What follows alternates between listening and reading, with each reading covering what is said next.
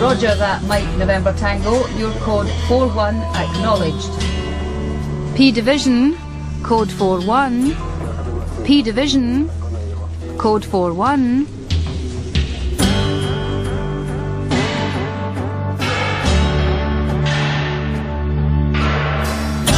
The Bone Pit by Peter Turnbull. Dramatised by Stephen Mulrine.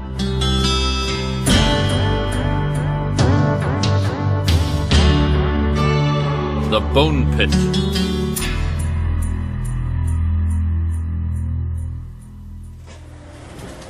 Listen, Dermot, that's 2 bloody weeks now, and not one single brick laid against another. I mean, behind schedule's hardly a word, is it? Yeah, I know, boss, but you can't work in these conditions. Well, God almighty, you stick a spade in the ground and it's like sinking a well. It's the monsoon season. Yeah, and the first dry day we get, your buggers walk off the site. You can't expect bonus payments for no work. It's not the money, it's the amenity hunt. Oh, Jesus, you wouldn't keep a dog in that place. You can't even get a brewer. Sorry, I'll clear off to the pub and come back legless. That's the answer, is it? That's going to get us back in schedule. I've told you the hut's all organised. It'll be here first thing tomorrow. And you can't blame us for the JCB falling over. Oh, and it takes a whole day to write it. Come on, Dermot.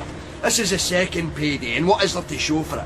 A couple of drainage ditches, 2 days' work maybe, and tomorrow's a write-off. Bloody Friday hangovers. Yeah, come in. Mr. Waller, you better see this. For God's sake, wipe your feet. What is it now? What is it, Joey? You better come and see. You better come and see this.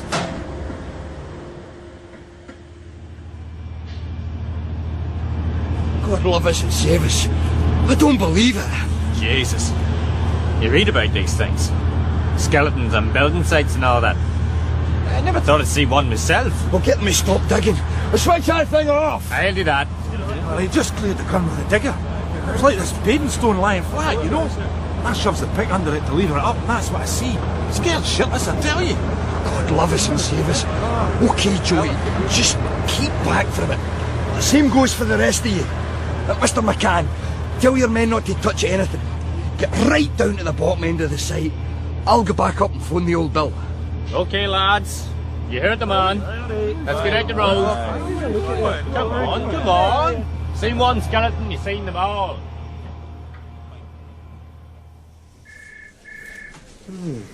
10 across. Pit in poor condition, changed attitudes. What the hell's that? Many letters? 10. 10 across, 10 letters. If I get that, I can crack this for sure. Pit in poor condition, changed attitudes. What a coffee. I take it that's a yes? What's that you're on? Ugh, nothing much. Yeah. I wish to God something would happen. I mean, if nothing happens, I've got no excuse for not opening these files and writing something. There's damn all happening in any of them, but the boss's file inspection draws nigh. Don't I know it? And if all these bits of paper aren't in the right section, and all these boxes don't have a wee tick or a cross... Then you'll just have to take them home and do it on your own time. And that, DC Abernethy, is one game of soldiers I don't play. Milk, no sugar, right? Thanks. So what is that, anyway? Looks a bit dog-eared. Don't recognise the forms. Hey, come on, Mal, this is the cleanest mug you can find. No, it's the second cleanest. What is that? It's an old missing persons report. It was cross-referenced to one of my cases for a possible connection, but it's unlikely. A weird name, though. Carol Carroll. Eh? Yeah, a Mrs. Carol Carroll, her married name, so it wasn't like her parents had a brainstorm. She was 47 when she disappeared. That would be about 20 years ago now. Yeah. She'll be at the bottom of the Clyde and the lead Simmet. Show it to old Ray Sussex. Give him a trip down memory lane. No way. This is going back to the collator before Donahue sees it's still in my file. I'm supposed to have cleared this out. Could be business for you. Maybe you too. DC Montgomery. Yep. Seriously. OK. We'll be right there. Right, Tom, my lad, we're off to the races. Work? Asked for it, and I got it. Code 41 in Dalmuir. Dalmuir? Oh, God. I don't want to go there in a 4-1. I really don't. Tough. Grab your coat. There's no hurry. Been a long time dead. A skeleton. Oh, terrific. Hold on. 10 across. Pit in poor condition, changed attitudes. Entrenched. That's the word.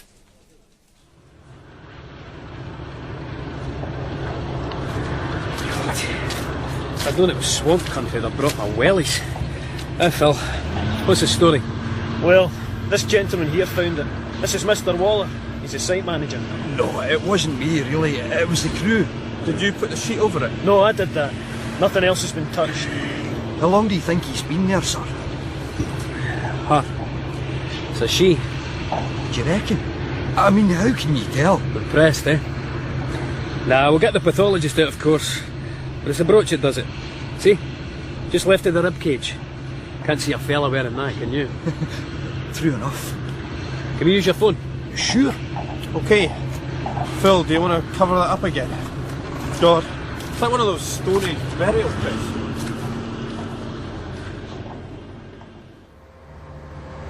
Yes, hello. D.I. Donahue, please. Oh, morning, sir. Montgomery here. Yes, we're at the site now. Suspicious death, Most likely code 4-1, since there's obviously been an attempt to conceal the body. Well, years I would think. Pretty well all the flesh gone. Completely skeletal. Right, sir. We'll do that. Right? Thank you. Okay, Tony. That's us till Dr. Reynolds gets here. He's on his way, apparently. What's a code 4-1? Murder. What, would that cover any skeleton? If it turned up outside a graveyard, I mean.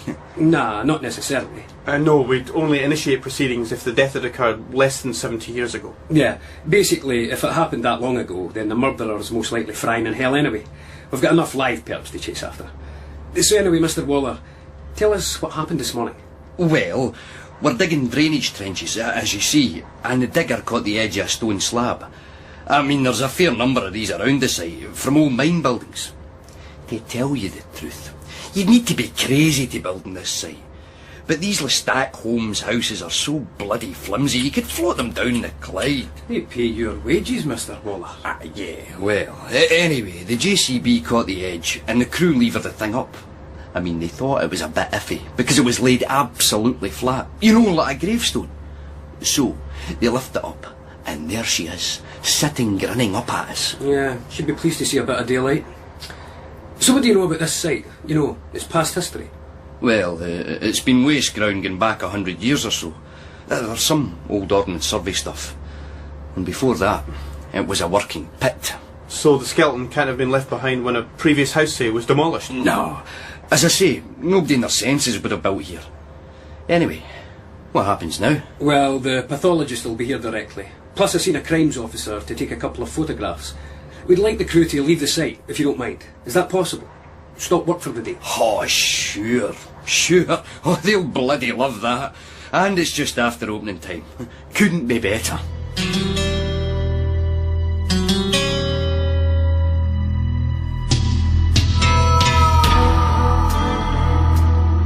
Well, this'll survive till I get it home.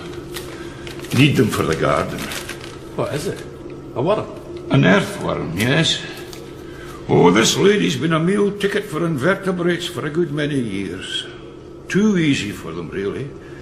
Now they'll have to work for their living.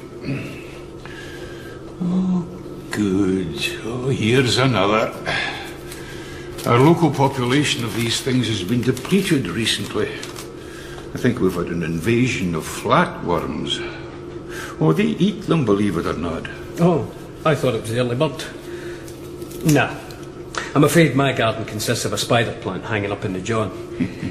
Anyway, worms aside, Dr. Reynolds. Oh, well, I'm reluctant to rinse off the clay for the moment, in case it disturbs some evidence of cause of death. What about the skeleton? A woman, presumably. Is she middle-aged by any chance? No, quite young. Why? Just a colleague of mine was looking at a missing person file earlier. Middle-aged female reported missing about 20 years ago. No, this is the skeleton of a young woman, late teens, early 20s. Skull hasn't properly knitted for one thing, and there's very little dental work. She was a tall girl in life. 5'9". That's tall for the west of Scotland. Must have been quite a sight in stilettos. Auburn hair, if that narrows it down for you, Mr. Montgomery. Aye, Montgomery. Well, these will cut it down a bit further. Wedding and engagement rings, once I've given them a rinse. Yeah, there you are. No inscription, unfortunately. Now, if I can just get in here. Yes.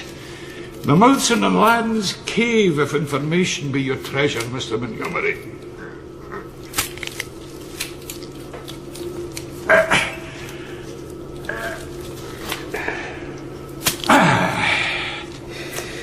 Well, the teeth confirm it, very little dentistry. And the type of work, no older than the past 30 years or so. The dental school might be able to match our records. Oh, I can also confirm it's a murder inquiry. Murder? Most foul. Look. Jesus. One pair of nylon tights stuffed into her gullet. Oh, people do commit suicide now and again, you know, swallowing a sock, but this is too deeply wedged. Murder by suffocation. And the tights mean she was alive within the past 30 years, if that's any help. Well, they came in with a miniskirt. Oh, I wouldn't know. Oh, and then there's this little chap. What's that? It's a finger, Mr. Montgomery, but it's not one of hers. Very neatly severed, just in front of the knuckle, see? Larger bones than hers. I'd say male. Tip slightly inclined to the right. Middle finger, right hand. A finger? You know, I think we're looking at a wee accident here. How do you mean? Well, the deceased was found under a stone slab. I knew a chap once who was paving his garden, huge concrete slabs, and one of them slipped and crushed his finger. If it had been over an edge, say, it would have taken it right off. And you think whoever buried her, laying the slab over her... Well, his finger would have been over a void. And chop. And chop, indeed. So it's entirely possible that your perp, Mr. Montgomery, is minus the middle finger on his right hand. 11:55. I'm impressed. That must be one of the speediest PMs Dr. Reynolds has ever done. Though I suppose a skeleton presents fewer complications. So... Well, it's preliminary findings only, but no question it's a code 4-1. Tights rolled up into a ball and stuffed down her throat. Too deep for a suicide, and she'd probably have been dead or unconscious at the time. More of a coup de grace than the definite cause of death, I suppose. Yes, obviously suicides don't pull stone slabs over their heads. And there's the evidence of the finger, as you'll see in Dr. Reynolds' report. Why, that could be crucial, even at this date. First priority is missing persons, though. Not much we can do until we get the names of possible victims from the collator. But I think there's a very long arm going to tap somebody on the shoulder. Right, Montgomery, you know the drill. Who's on the early shift with you? Abernethy, sir. Good, he's new. Work with him on this and don't press ahead if you feel you're getting in too deep. Who's in the back shift? Richard King, sir. Ray Sussex drawn the graveyard turn. Right. Yes. I've a feeling everybody will be involved in this one.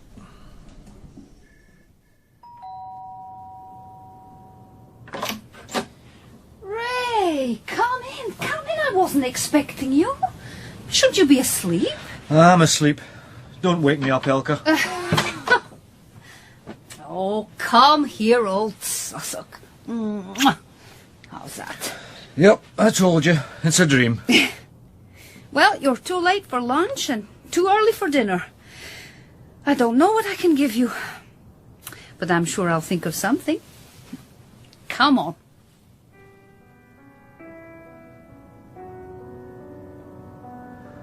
This is nice. Gourmet microwave. I'm afraid the Chardonnay's out of its class, but never mind. I'll go easy, I think. Don't want to fall asleep in the night shift. Oh, hey, not that easy. You working yourself this evening? Yes, I'm afraid so. D.I. Donohue's eyes and ears as usual. I'll have to leave here at 5, but you can stay on here, recoup your energies. Thanks. You're sure you don't want to call in? Let them know your whereabouts? What do you think? From the signs, I'd say you've been on a Rutherglen trip. Yeah. And?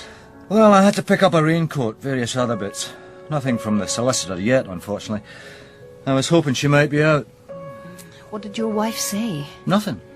Well, nothing I'd want to repeat. The boy was there, whinging on about getting the garden done to sell the house. Your son? Yeah. Oh, honest to God, Elke, I don't know what she's done to that lad. I don't recognise. Well, it takes two. I suppose you're right. Well, anyway. Happier thoughts, old Sussex. Happier times, okay? Another drop? Encore une fois? Hey, that's not Dutch. Well, I'm European. Uh-huh. So which country's flag is that you're wearing? Cheeky sod. It's a rugby shirt. That's for later, in case it gets a bit rough.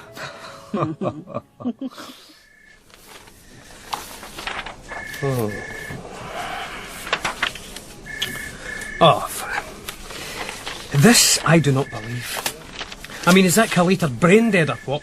What's the problem? You heard me saying to him.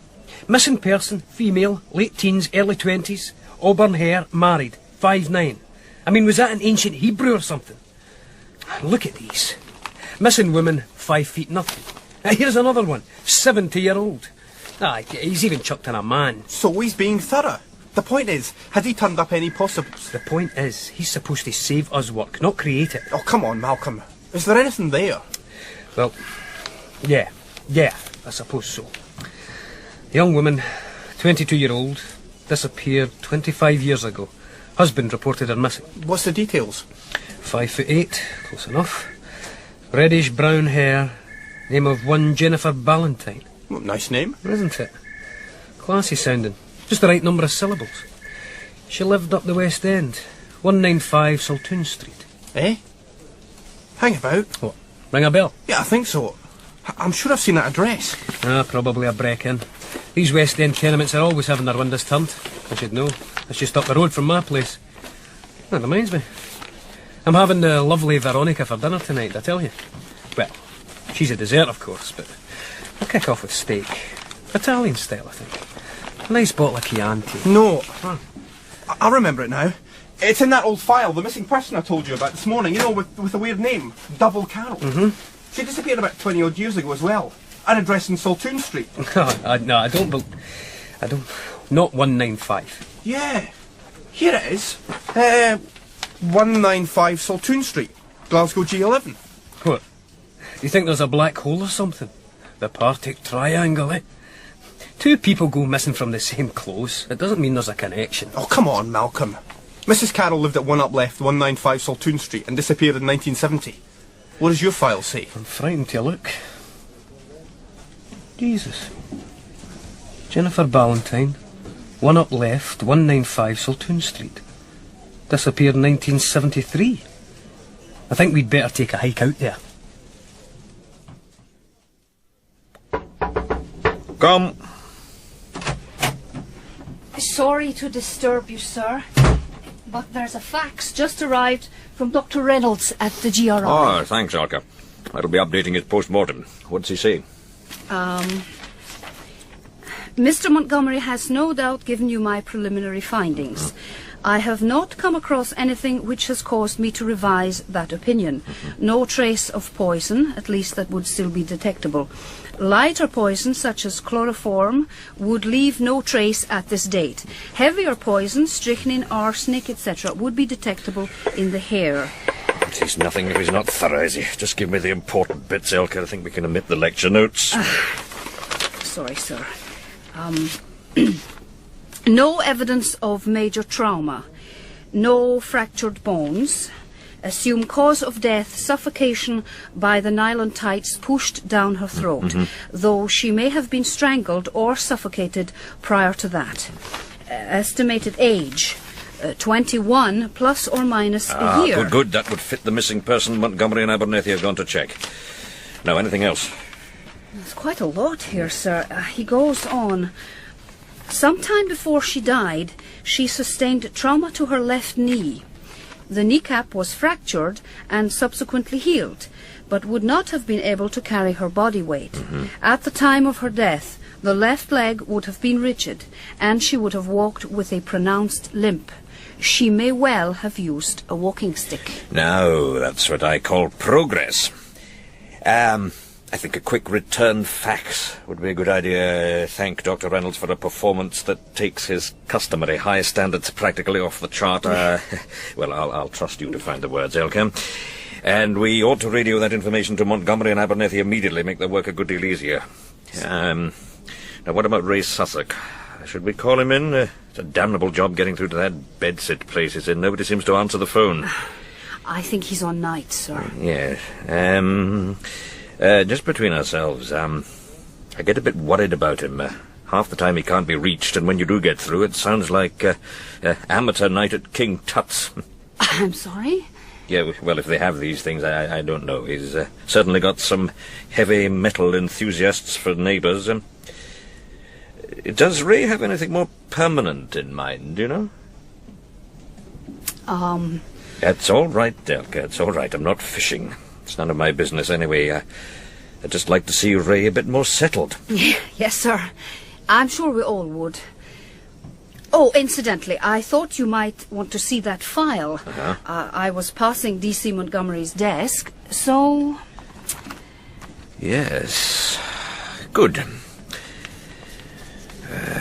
Jennifer Ballantyne. Under distinguishing features, sir. Thank you, W.P.C. Willems. I think we can call that a positive identification, don't you?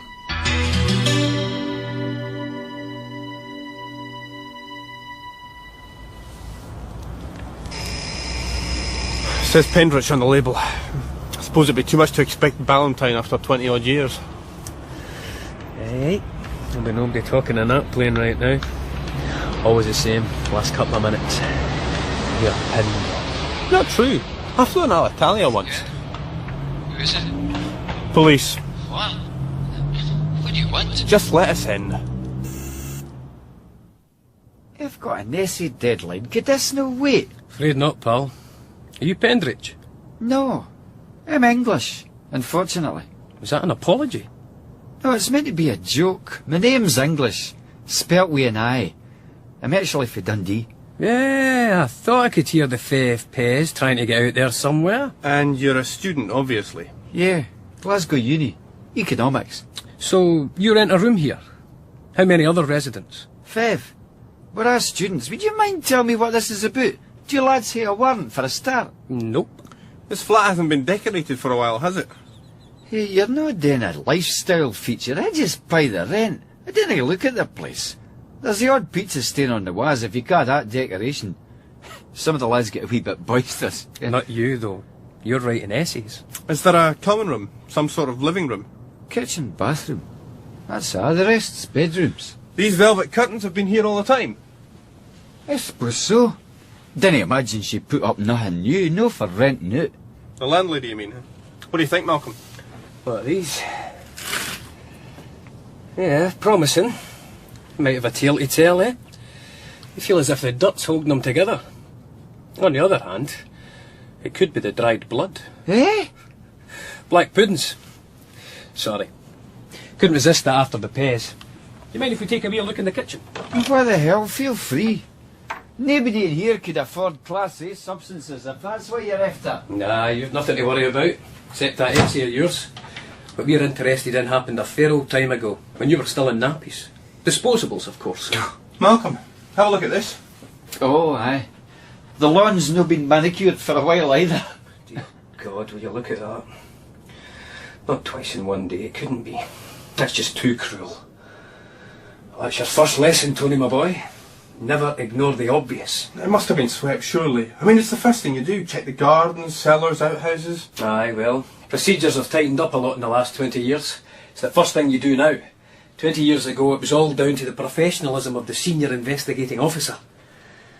So how does it look, Tony? Well, we can check the file easily enough. I mean, presumably the area was dug over.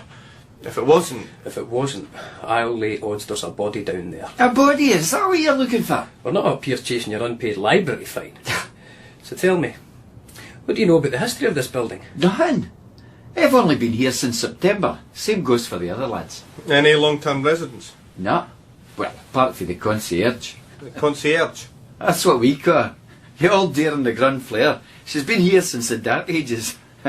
She's not a full shilling, but nothing much goes past her. Curtain twitcher, ken?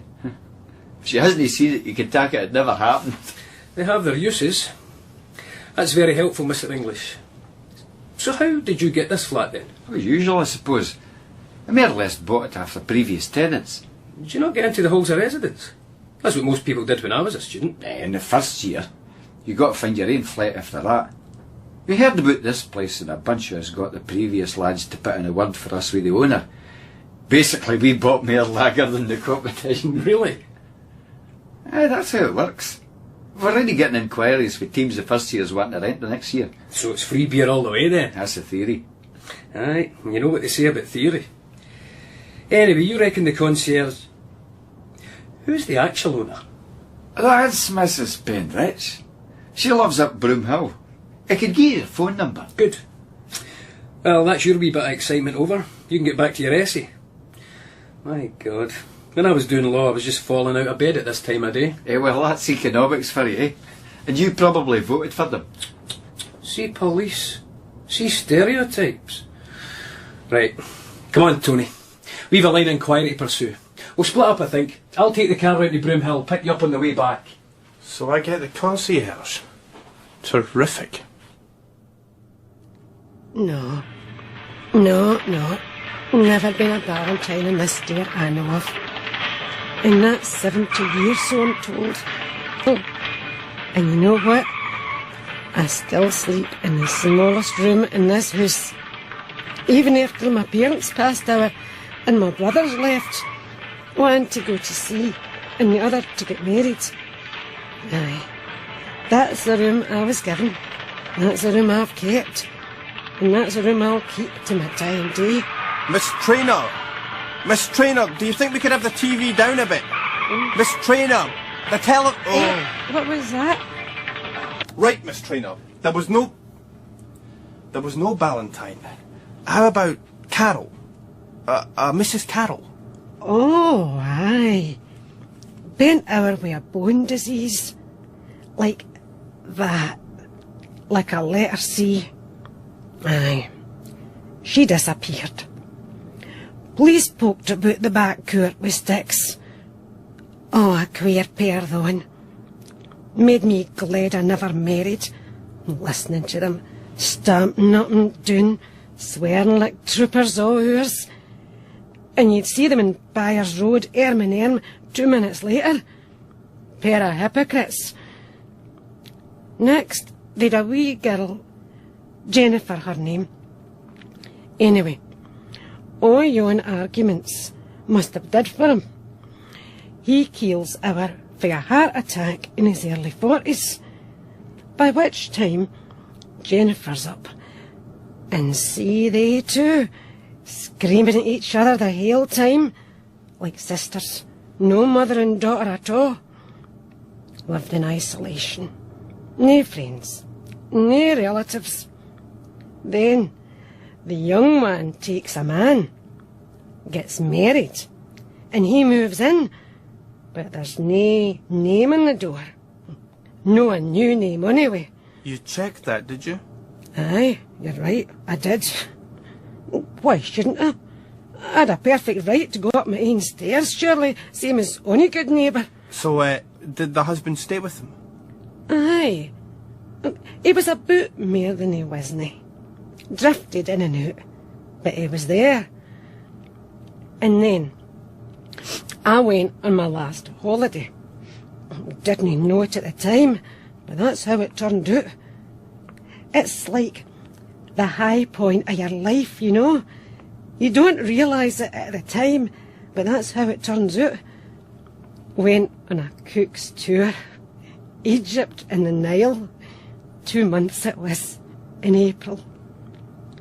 After I came back that winter, I got the first stab of arthritis. It's bitten deep now. Pain from fingers to toes.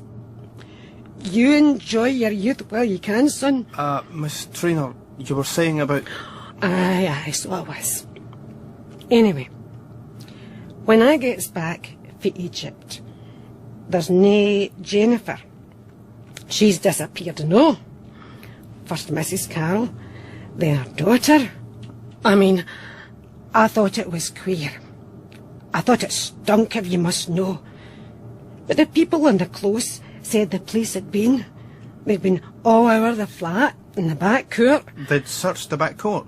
That's what I was told. Mind you, there'd been a lot of comings and goings. New people moving in. I just wonder if them did tell the police about Mrs. Carroll disappearing and all. But the police would know that, surely. Anyway, the man stayed on for a couple of weeks, then sold the flat. Took well below the market price.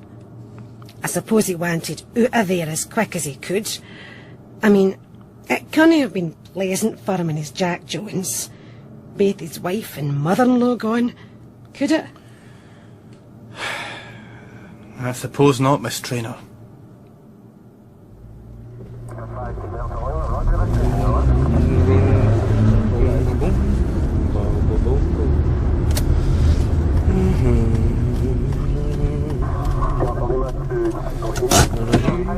You take your time. Mrs. Pendridge, just your type, eh?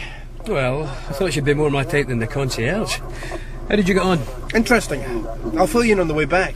She's not as daft as Mr. English thinks. I'd just like to know who the senior investigating officer was. Grace Susser could probably know. He's got the graveyard shift this week. Leave a note for him. Meantime, we're off to St Vincent Street. Firm of solicitors that did the conveyancing for Mrs. Pendridge. Oxenholme, Carter and Lloyd. That's as much as she could come up with. As far as she's concerned, it's all just a wee investment. Fancy grabbing a cheeseburger en route. Not bad, eh? Semper Vigilo, young Abernethy. Means eat on the hoof.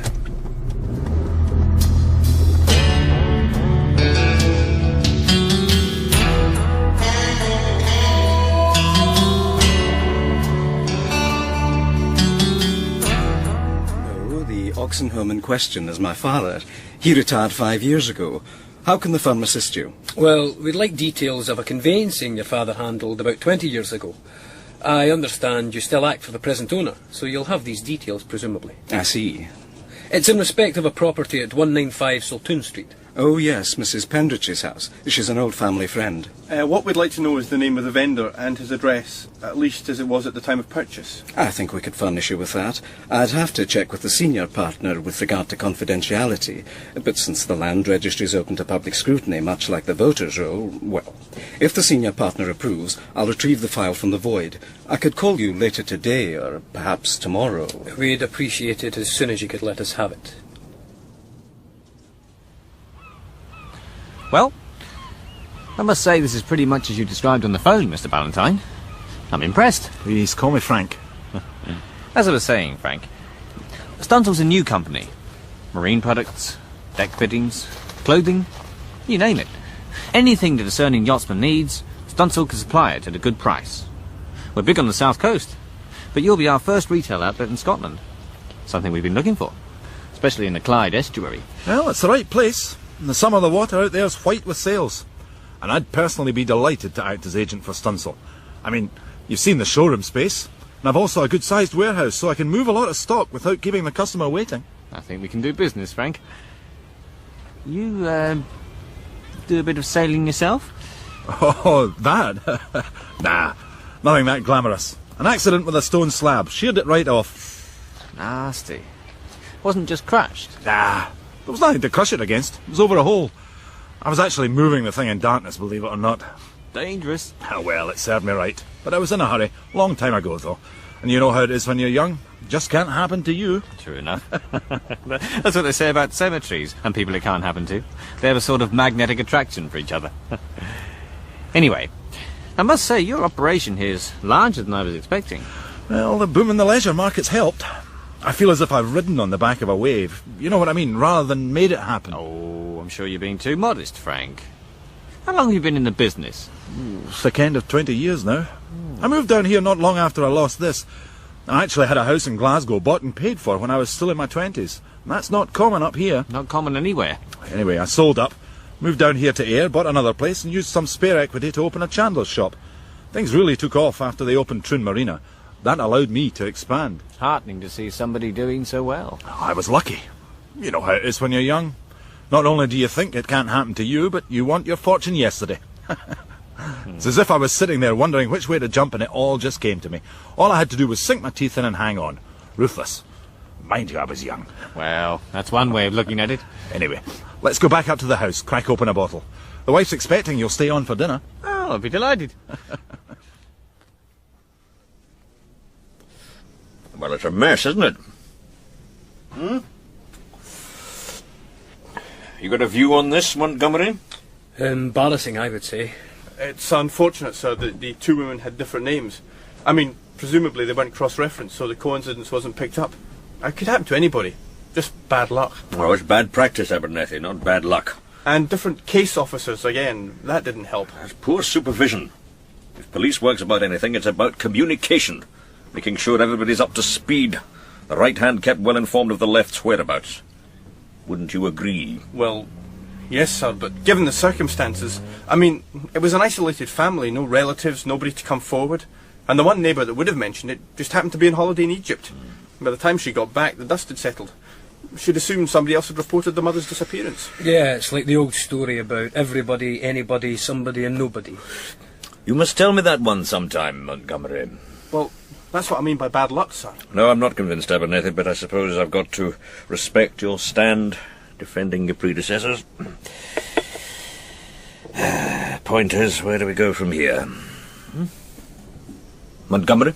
Well, the concierge, what's her name? Miss Traynor. Yeah, Miss Traynor, seemingly suggested that the back court might not have been thoroughly searched. Oh. Yes, she recalls men with sticks prodding the grass and looking behind the bins, but no dogs, for instance. No earth-moving equipment. No, where a shovel might have been a good idea. What's her memory like, generally? Well, I would guess that it'll be reliable, sir. I think Miss Traynor would have been glued to her window the whole time. I mean, as a witness, she tends to go around the houses a bit, but I don't think she'd have missed anything. Yeah, it's just a pity she was trolling up the Nile at the crucial moment. It's extraordinary bad luck, sir. I mean, you'd imagine she'd think twice about crossing the road. Oh, well, we can make excuses all day, but the whole procedure was sloppy, to say the least.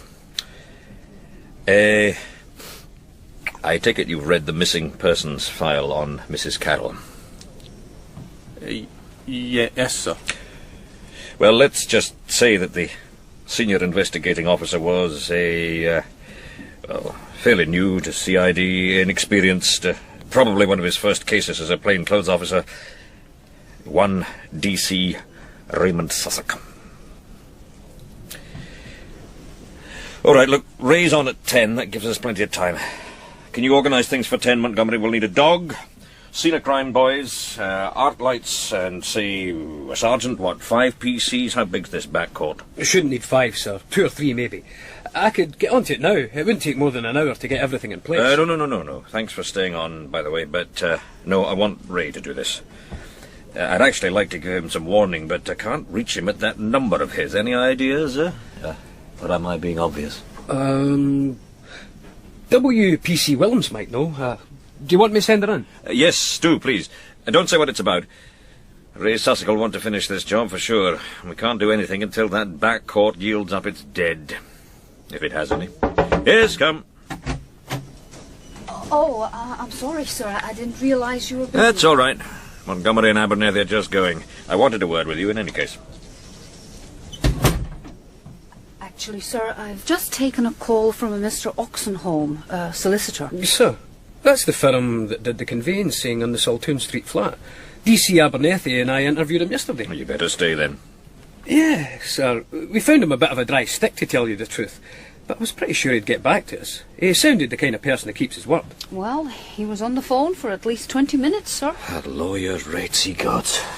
Indeed. I took a fair amount of notes, sir. He was actually very helpful, repeating anything I wasn't clear about, and I think I've got it all. Anyway, according to Mr. Oxenholme, the flat was sold by a Mr. Francis Ballantyne, and his last recorded address was in Ayr. He was the outright owner of the flat, apparently, no mortgage or anything, at the age of 24. The world at his feet, eh? Did he say anything about Ballantyne's wife? Yes. He didn't do the conveyancing himself. That was in his father's time, but the same firm of solicitors acted for both parties in the sale. Is that possible? I didn't think that was legal. Oh, yes. It's not uncommon. According to Oxenholme, one solicitor, he wasn't in fact a partner and he's since retired, but he acted for the vendor, and Oxenholme's father acted for Ballantyne. He also said that the wife, Jennifer, née Carol, actually took legal possession of the flat when she was still a teenager. Teenager? That's fairly common as well, sir. It's a dodge to avoid paying death duty, or else to keep a property in the family. And as long as the child doesn't predecease the parents, it makes sense. The trouble is, if you sign over your property to your child and they die in a car smash, say, you're in a mess. You'd have to pay death duties to recover your property. And then when you die, your surviving relatives have to pay death duties again. I mean, I personally wouldn't recommend it.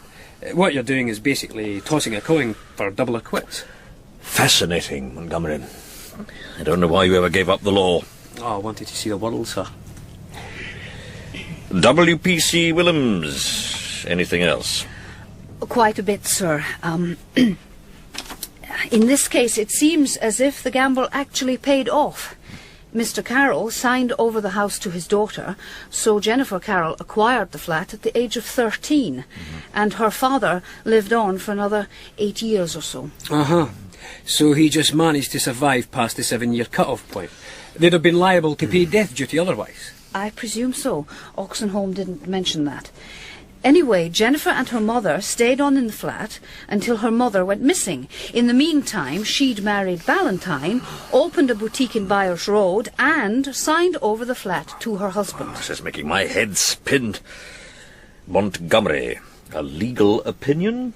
Haven't got one, sir. Actually, no, that's not uncommon either. That keeps the property out of the hands of creditors if the business happens to fail.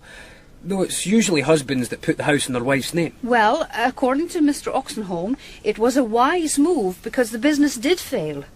Sank like a lead balloon was his expression. Good. That's extremely interesting, Elke. Well done.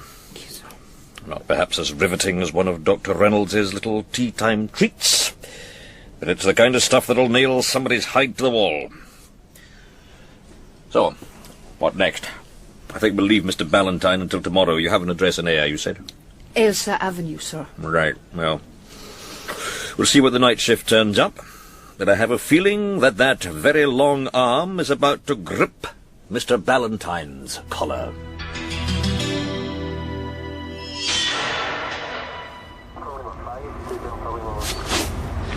So in 1970 she signs her property over to her husband and her mother disappears the same year. She goes missing 3 years later and the next month her husband sells the flat. What do you reckon, Hamill? Think anybody could miss it? I don't know, Sarge. I mean, sometimes the obvious. Thanks. You know, there are times when this job can make you feel that size. The dog's onto something, Sarge. Definitely. OK, lads, let's have a look. This is it. Right, come on, get these screens up. Please. Well, I think we can get in out of the cold for a minute, Sergeant. And have a flask of coffee. Oh, that's very welcome, sir. Oh, my wife fills one up every night before she comes to bed. Long experience of 4 a.m. calls. Well, it's a bit earlier this time. Well, it'll have to be neat, I'm afraid. That's how I take it. Fine by me.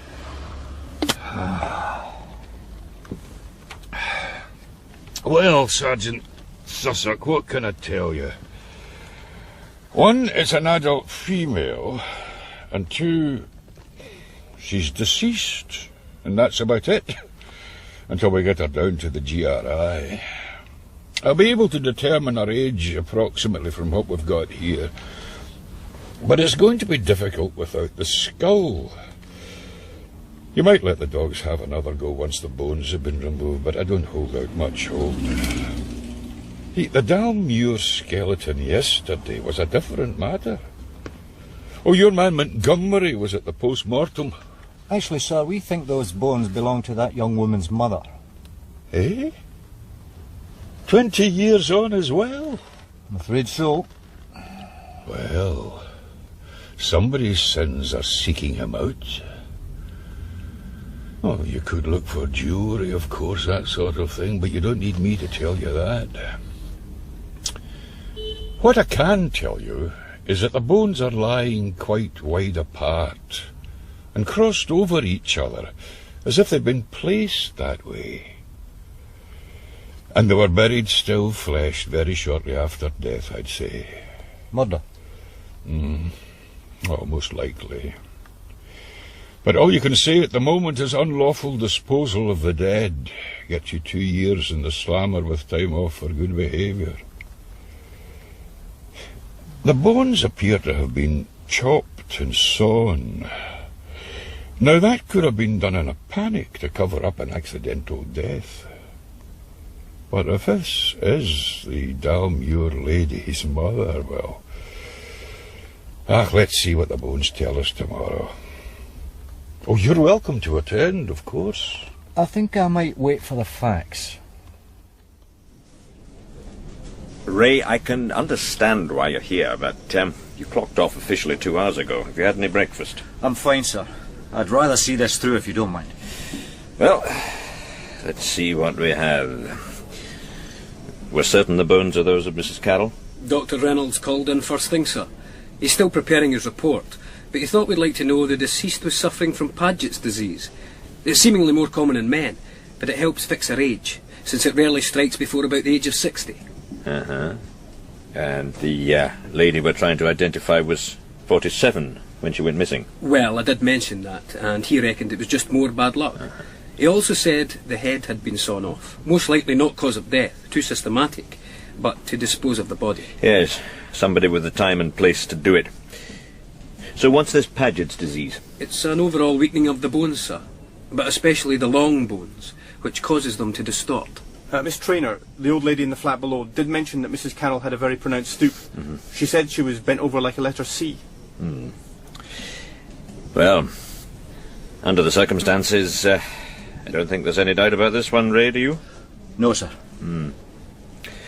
So, Jennifer Carroll acquires the flat at 13, marries at 21. Soon after that her mother disappears, then she disappears, but only after she hands over the flat to her husband. And 20 years down the line they turn up in shallow graves. I'd say it was worth a trip to Ayr, wouldn't you, Ray? To shake Mr. Ballantyne's hand, see if he's got a full set of fingers. Yes, sir. Actually, the Saltoun Street burial isn't a shallow grave, it's more like a bone pit, a couple of feet square with the bones neatly stacked inside. Not that that should have made any difference. If you don't mind, sir, I would like to have the last word with Mr. Ballantyne.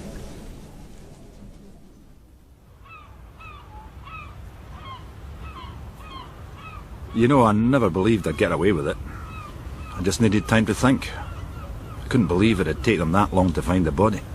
Which body are we talking about, Mr. Ballantyne? Jennifer.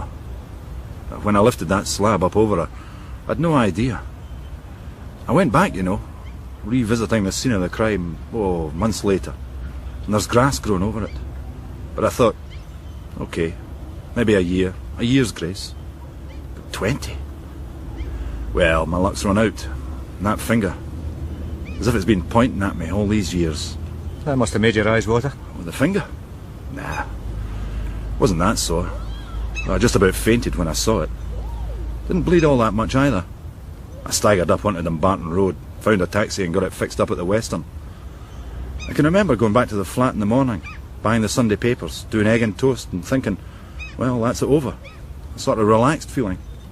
Why'd you do it? The money. I did it for the money. I mean, you see how I live. Well, used to. You know, my son's 5, Ian. He comes running through the garden to give me a hug every day, the minute he hears the car. It's funny. Just yesterday, my wife said, enjoy it while you can. You'll come home one day and he won't do that. Well, the house is in her name. They're taken care of. They might not stay on in air, might not be able to. I didn't kill her mother, you know. But you disposed of the body? Oh, I had to. I came home from London and there she was. She'd been lying there for 4 days. Cans of air freshener everywhere. Jennifer never got along with her mother. She wasn't all that stable, actually. They'd had a fight and she'd stabbed her. She just sat there waiting for me to come home. Anyway, I did the business, sawed up the bones and so on. I made out it was gardening. It's still a hobby of mine, as you can see. Anyway, I went back down south. Told Jennifer to scrub the flat, get it absolutely spotless, and wait at least 3 days before she reported her mother missing. I mean, I had a concrete alibi. If I remember rightly, you said that yourself when you interviewed me. I dare say I did, Mr. Ballantyne. Another of your victims. Yeah. Anyway, while I was in London, Jennifer was supposed to keep shrieking on at her mother. A regular nightly ding-dong to make the neighbours think the old bitch was still alive and kicking. Presumably that was your idea. Well, it might have been Alfred Hitchcock's. Certainly wasn't Jennifer's. She wasn't that bright. I phoned from London a few days later to check the flat was sweet and wholesome, and gave her the go-ahead to report it. That's where you come in. What did you say your rank was these days? Detective Sergeant. Oh, well. Didn't hold you back. Not too much. Mr. Ballantyne, you admit disposing of the body, but there's something you haven't quite... Oh, the head. Yes. I told Jennifer that was going to take longer to get rid of. It would need more care. It's quite funny in a way. The night I killed Jennifer, we had a really ferocious row. I mean, that was her speciality. It was the only thing she was good at. Anyway, she was going on about her mother and how she could drop me in at any time. And just for badness, I told her I'd dumped her mother's head in a builder's skip. Was that what you did with it? Nah. I was winding her up. This was after her shop went bust. She'd bought this shop in Byers Road, a boutique, and it went to the wall. She'd put the flat in my name, and when she thought the coast was clear, you know, once the creditors had given up, well, of course she wanted it back. She actually threatened to have the law on me. Yeah, she was going to sue me. I mean, she was something else, was Jennifer. So you murdered her? She came at me with a kitchen knife, in fact. It was self-defence, sort of. But I don't think your forensic guys would find much evidence of that. Not now, anyway. No, Mr. Ballantyne, certainly nothing as permanent as the tight she shoved in her windpipe. Well, that was an afterthought. I just put my hands round her throat and... I mean, she was coming at me with a knife. I'll be sorry to lose all this. Really, up until the business with Jennifer, that was me, a loser. Since then, well, I just needed a start, as you can see. You'll let me say goodbye to the family, I hope, before the hugs run out. Of course. Just one thing. You told Mrs. Ballantyne, the first Mrs. Ballantyne. Oh, the story about the builder's skip, yes. Yeah, people do funny things, don't they? I somehow couldn't throw it away. I don't know, maybe I needed some sort of hold over Jennifer, but I couldn't get rid of it. Not then, anyway. I'll tell you where to dig this time. But I'd rather they weren't here to see it. Would you mind? No, Mr. Ballantyne, I can wait. I waited 23 years. That's a few days more. Thanks. I appreciate that. You know, Mr. Sussex, I'm glad it's you. Really? Yeah.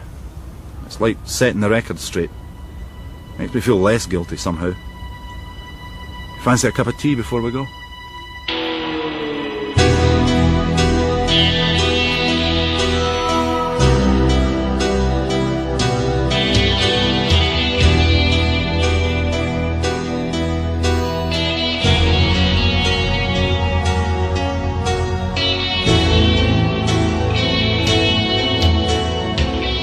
In The Bone Pit, Detective Sergeant Ray Sussex was played by Jake Darcy, D.C. Abernethy by Andrew Conlon, and D.C. Montgomery by Frank Gallagher. D.I. Donahue was played by Crawford Logan, W.P.C. Elka Willems by Eliza Langland, and P.C. Hamilton by Martin McCarty. Dr. Reynolds was played by Gerard Slevin. Waller, Stevie Hannon. McCann, Cahal Quinn. Ballantyne, Alan Sharp. English, Kern Faulkner. Mrs. Traynor, Wilma Duncan.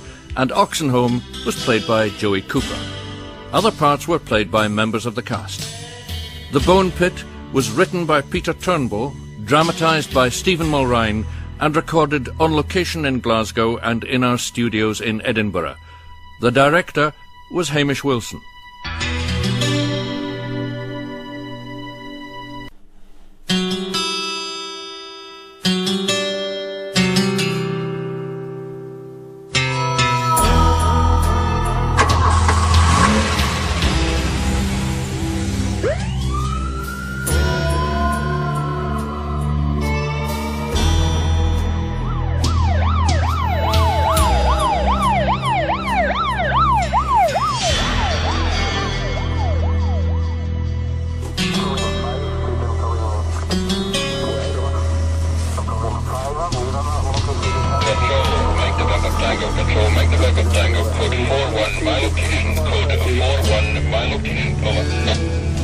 Roger that, Mike November Tango. Your code 41 acknowledged. P Division, code 41.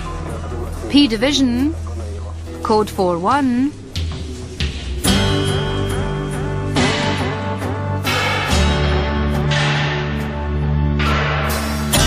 The Ladder by Peter Turnbull, dramatised by Stephen Mulrine.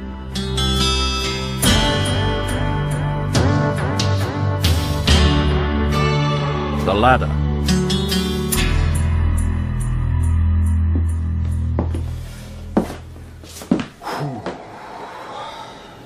Well, what do you think, Ray? I think we could open a window for a start. Let some heat in. It is cold, isn't it? Yeah. Clinical. In normal circumstances, I'd be admiring that lawn. Perfect green strides, but here. I know.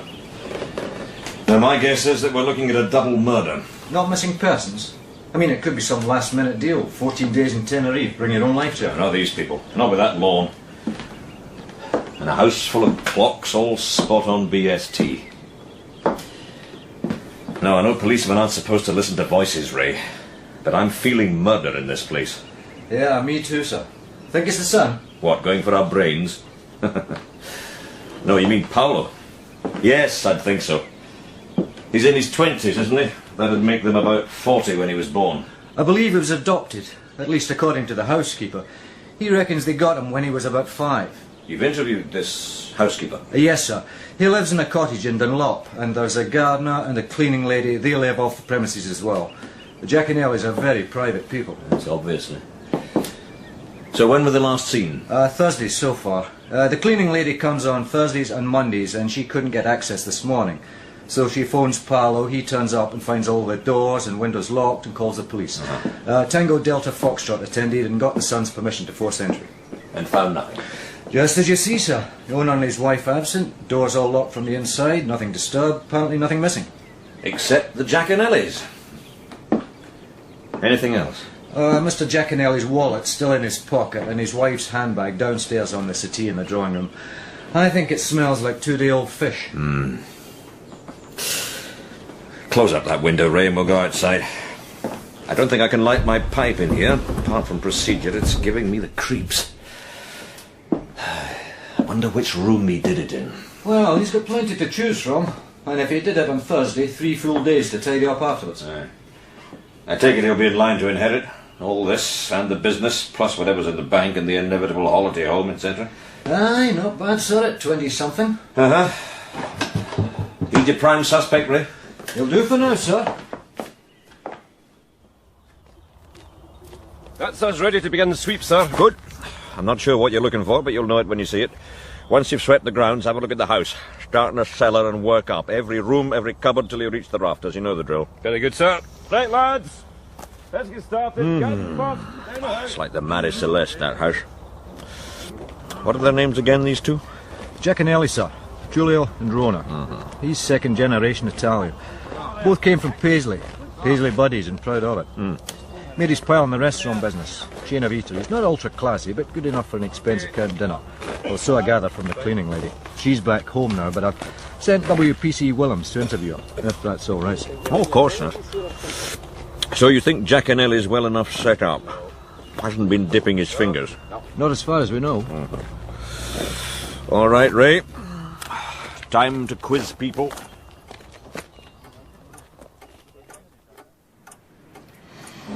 "20 years. I've kept house for Mr. and Mrs. Jack and Ellie for 20 years. Started just before Paolo came." That's their son? Actually, it wasn't called Paolo then. It's some daft name that reminded me of cowboy films. Shane, that was it. They changed it once the adoption was finalised. He was a right wee Turk. Came out of Fergusley Park. What they call Figi, I believe. I mind him walking into the house and looking up at the staircase and asking, "How many folk live up there?" They thought it was funny. "Sugar?" "Just milk, thank you." Aye, he was wild right enough. I've never believed in hitting wains, but a scalp wouldn't have gone amiss with him. Aye, I knew he'd turn out for the bad, but I never thought he'd do this. "Do what, Mrs. Fulton?" "Well, he's done away with them, hasn't he?" "What makes you say that?" "Oh, aye. You're wise to play your cards close to your chest. I know that. I'm maybe only a wee cleaning woman, but I've got eyes and ears. I've heard and seen plenty over the years, and this chest of mine's had enough pain for 10 lifetimes, let me tell you. I buried my parents. Well, you expect to do that. I've buried my man. I've had to bury my son and daughter-in-law as well, and my wee grandson. That's sore. You can believe that." "Sure I do, Mrs. A motor Fulton." accident. "I'm sorry to hear that." Aye, money hasn't come easy either down the years. I've got my possessions, my furniture. You need your own things round you. And I've got my sideboard still and my dining room suite and my wedding china. "You have a lovely home, Mrs. Fulton." Aye. I wouldn't care to ask you into my bedroom. It's a wee bit Spartan. The cottage itself's not mine. A private factor. The rent's fair, I suppose, but it'll be repossessed when I'm away. Anyway, what I wanted to say. You see, all those years ago, when Mr. and Mrs. Jack and Ellie dug back into their roots in Paisley and took a wee boy off the streets, I had the sense then that they'd taken somebody into their house that would destroy them one way or another. You could see it in his eyes. A damaged wee lad. That hunted look. A survivor. You know what I mean? I mind seeing the same look in my man's eyes when he came back from the war. He was never right afterwards. But that Paolo was a 5-year-old, barely school age. I mean, what had he seen? Well, you never know, do you? "And the Jack and Ellies had no children of their own?" No, they couldn't have any. They came from Paisley. They wanted to adopt a boy from Paisley to carry it all on after them. So they got in touch with the welfare people, and that's when Paolo arrived. "So, how would you describe the relationship between Paolo and his parents?" "Stormy. Aye, that about sums it up. And that was their marriage as well." "Not a happy household, then?" "Far from it. I used to love coming back here to my own house after a day's work up there. Aye, they spent a small fortune in his education. Sent him to that school in Edinburgh. Fettes, is it? Didn't alter him. I thought it would knock the pudding out of him, but it didn't. He came back even more full of himself. Smooth with it. Started calling me Betty and looking down his nose at me. "More tea yet?" Oh, I've forgotten your name, dear. "It's Elke. Elke Willems." No, thanks." "You're not married? At least I don't see a ring." "No." "You've got someone, though." Oh, yes. "That's good. You shouldn't leave it too late, though, especially a woman. Measure 7 times and cut once." "Sorry?" "I heard that off a Russian woman once, about picking men." Measure 7 times and cut once. Aye. I remember that. You're a bonny-looking woman. Scandinavian, is it? My father's Dutch. Married a Scots girl. Anyway, you were telling me about Paolo. Did he live at the house? No. He's got a cottage, about 10 minutes away if you're driving. He's had it for about 4 years. Rented? No. Bought for him. Paolo wanted it, so he got it. Same as he got his air rifle so as he could persecute the cats. Same as he got his hi-fi when he got up a bit. And does he visit the house? Oh, aye, often. When he's looking for something. Usually ends up a fight. And what did they fight about, do you know? Money. Always money. He can't get enough of it. Aye, the problems really started when he was 17 and came back from his posh school. It was rows on a daily basis then. A 2-seater car kept him happy for about a week. Then they eventually bought him the cottage. They found him a job in the company as well. A familiar story. His father, Mr. Giaconelli, he's had to work his way up the ladder. Paolo just flung the furniture about till he got what he wanted. So, a house divided. Oh, aye. That all right. Ah. Now, you're men are wasting your time, son. Aye. There's nothing in that scrub. I mean, I can follow the track of a fox in this garden. If somebody had buried bodies down there, I'd know it. I dare say. It's procedure, though, as laid down by Holmes. Holmes? Who, Sherlock? Home Office Local Major Inquiry System. It's a computer model. Supposed to standardise all police investigation procedures in the UK. Right. Uh-huh. Whenever there's a disappearance in suspicious circumstances, Holmes comes into play. It's very specific. And in all fairness, the majority of murder victims are, well, they're concealed in their own homes, or they're buried in the garden, or encased in concrete under the floorboards, that kind of thing. So it pays to be thorough. I'm sure you're right about your garden, but we have to check it. Every inch. Oh, well, at least you've got a fine day for it. So you've worked here for 30 years? Aye. Worked for a family called Kerr. Then when they sold up, the Giaconellis kept me on. It's a quiet enough life, healthy, steady wages. The Giaconellis leave me to go on with. As long as the garden was kept right. Well, of course you can always tell when your gardener's been working. So you didn't have a lot of direct contact with the family? No, not like poor Betty Fulton there. I mean, she's in amongst us. What do you mean? The screaming and the shouting. I can hear it from down here. So what happened this morning? Well, I was here at the shed by about 8:30. Betty came down and said she couldn't get an answer to the door. That would be about 9. She thought it was funny, cars were on the drive, they hadn't said anything about going anywhere. She said she'd phoned Paolo for a call box, and when I come up, then we heard a car in the gravel. And she says that'll be Paolo. So we went up to the house. Paolo has a look at the door, says there's still a key in it. So, well, we thought they must still be inside. And I was just saying with the front door as well. Key in the lock? Aye. So Paolo says we should call the police. Anyway, your chaps came, forced the window. And it looked like there was nothing at the place, nothing had been touched. So the police stayed. Paolo and Betty went home, and well, I come down here to sit in my stump, just as you see me. I come here when I've got things to ponder, if you know what I mean. You got things to ponder? Oh, I could be a job. What do you reckon? Oh, aye. It's what's the expression? It's sort of a character, son. What do you mean? Well, I mean, maybe they'd go off separately, but no both of them. And no for a long weekend. It's sort of a character. I see.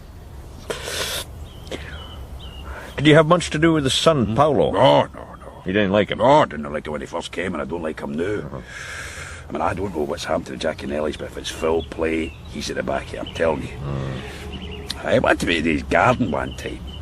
You can do mine, he says. They want the payment, or please even. I mentioned it to Mr. Giaconelli, and he just waves, you know, like the Italians do. Aye. Forget it, he says, forget it, let him do it himself. He can do one thing himself, he says. Oh, but fair got under my skin, I'm telling you. He was down here a couple of weeks ago, asked me about weed killer. Aye, he was asking me what I was using. Aye. Oh, and what did you tell him? Paraquat. Paraquat, tell him it was dangerous. One spoonful in a cup of water, you end up coughing your stomach out your body. Aye. And he says a common form of suicide among farm labourers. It's good for murder then, he says. He was laughing. I didn't think he was joking. He said that? It's good for murder? Aye. Actually isn't any good at all. Tastes foul. But it's fine for suicide.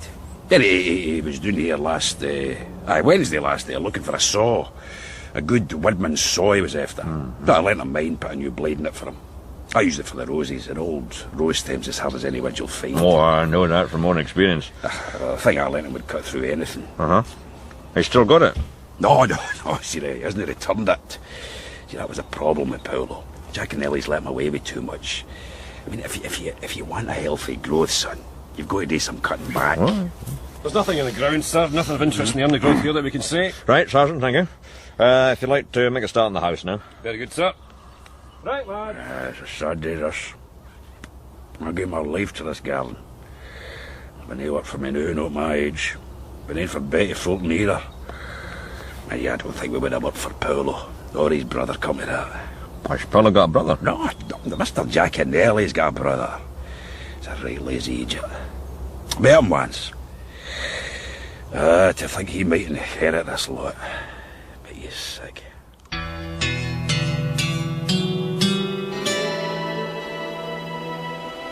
Malcolm, can you hear me? Yeah? Listen, do you take cornflakes or what? Just coffee? Coffee's fine. There's a packet of disposable razors in the cabinet. You might find them a bit delicate for your stubble. Oh, they'll do fine, Hen.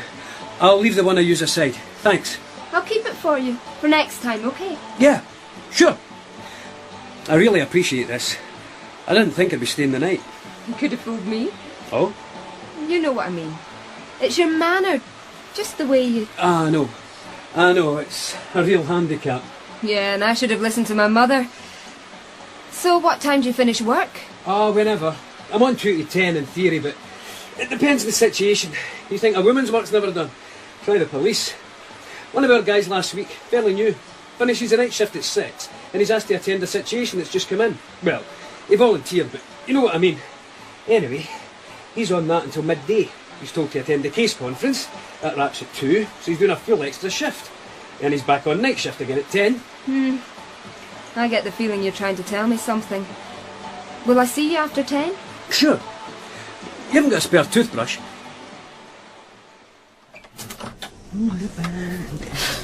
You're looking pleased with yourself. I know I don't want to hear about it. What do you take me for? I like that. Happiness is an empty pigeonhole. Well, not for long. I think Donahue wants to see us. How do you mean, think? Like you've just got a feeling about it? No, you big clown. He's just buzzed through. I told him we were on our way. Well, I'm on time. I'm that. What is it anyway? Something down in Ayrshire. Double miss pairs. It's had everybody hopping all morning, apparently. Right then, Richard. Let's hop. Cheeky kid. No money problems. A bit of strain in the marriage by all accounts, but nothing out of the ordinary. However, they've been missing now since Thursday, when they were last seen. We forced entry to the house this morning. Keys still in the locks. Inside the house. Montgomery, do I have your undivided attention? Sir. Of course. Unfortunately, with you, it's not an of-course question. Anyway, we're taking this very seriously, given the circumstances. Ray Sussex and I both had an odd feeling about the house. It felt as if something had happened there. I don't know if either of you understand what I mean. I think so, sir. Yeah. I remember when I was about 18 or so, going to a party in some address in the West End, and walking into the close. I had this sort of weird sensation about the place. Just something's happened here, as you've said. Then a couple of days later, I was watching a school's programme on TV. It turns out this was the locus of a particularly violent murder in the 1890s or something. Yes, well, anyway, Ray Sussex has an educated nose for these things, and when he says he can sense murder, I'll believe him. Do we have a suspect, sir? Yes. Prime suspect appears to be one Paolo Giaconelli, the couple's adopted son. By all accounts, spoiled rotten after they pulled him out of honest poverty. I don't want to move on him too soon, though. I'd like more information about both him and the family. Plenty of time. We're only 6 hours into the investigation. So it's still early doors, sir? Montgomery, this is a potential homicide, not a football match. Sir. Anyway, I have some work for you two. DC King, you can interview the Giaconelli's managing director. They have an office down in the Merchant City. Just test the water, see what you can find out. Very good, sir. And DC Montgomery, you can take yourself down to Ayrshire. Paolo Giaconelli has a cottage near Dunlop. Just a wee chat with him. And don't lean on him, no leading questions, okay? If he's got half a brain, he already knows he's the #1 suspect, but just take the measure of the man. Something tells me he'll talk more easily with you than with King or DC Abernethy. And I'm not sure that's a compliment.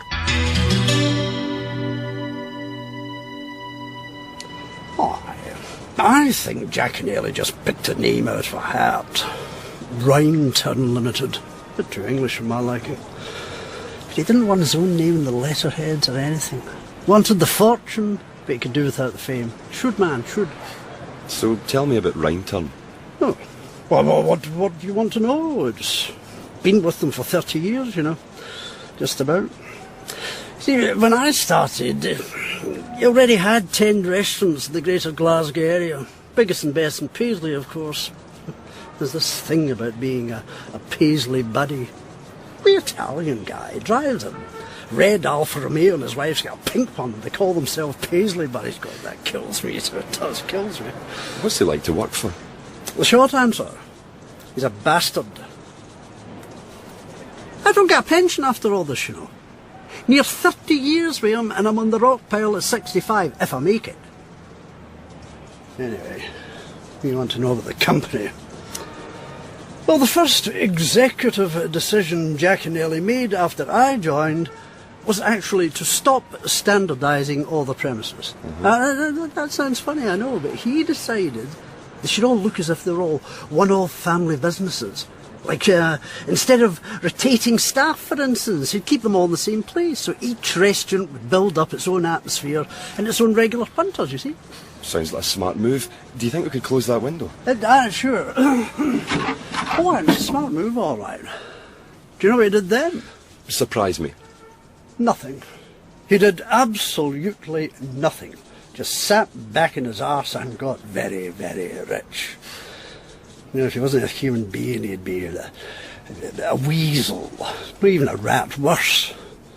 It's 30 years he's had off me, Mr. King, and it's been my effort that's turned Giaconelli's thousands into millions. He just happened to own it. And then after about 15 years, he turns the whole lot over to me. I'll give you what a school teacher gets, he says. That's how he fixed my salary. What the teachers get, I get. Only I don't get 10 weeks paid leave every year. I don't get statutory sick pay. I don't get a pension. And my salary is linked to a primary teacher's, by the way, not secondary. You sound like an angry man, Mr. Yule. You're kidding. Anyway, it's a job. Giaconelli's gone. Paolo will take over, and that's me. Whole thing will fold in 18 months, maybe.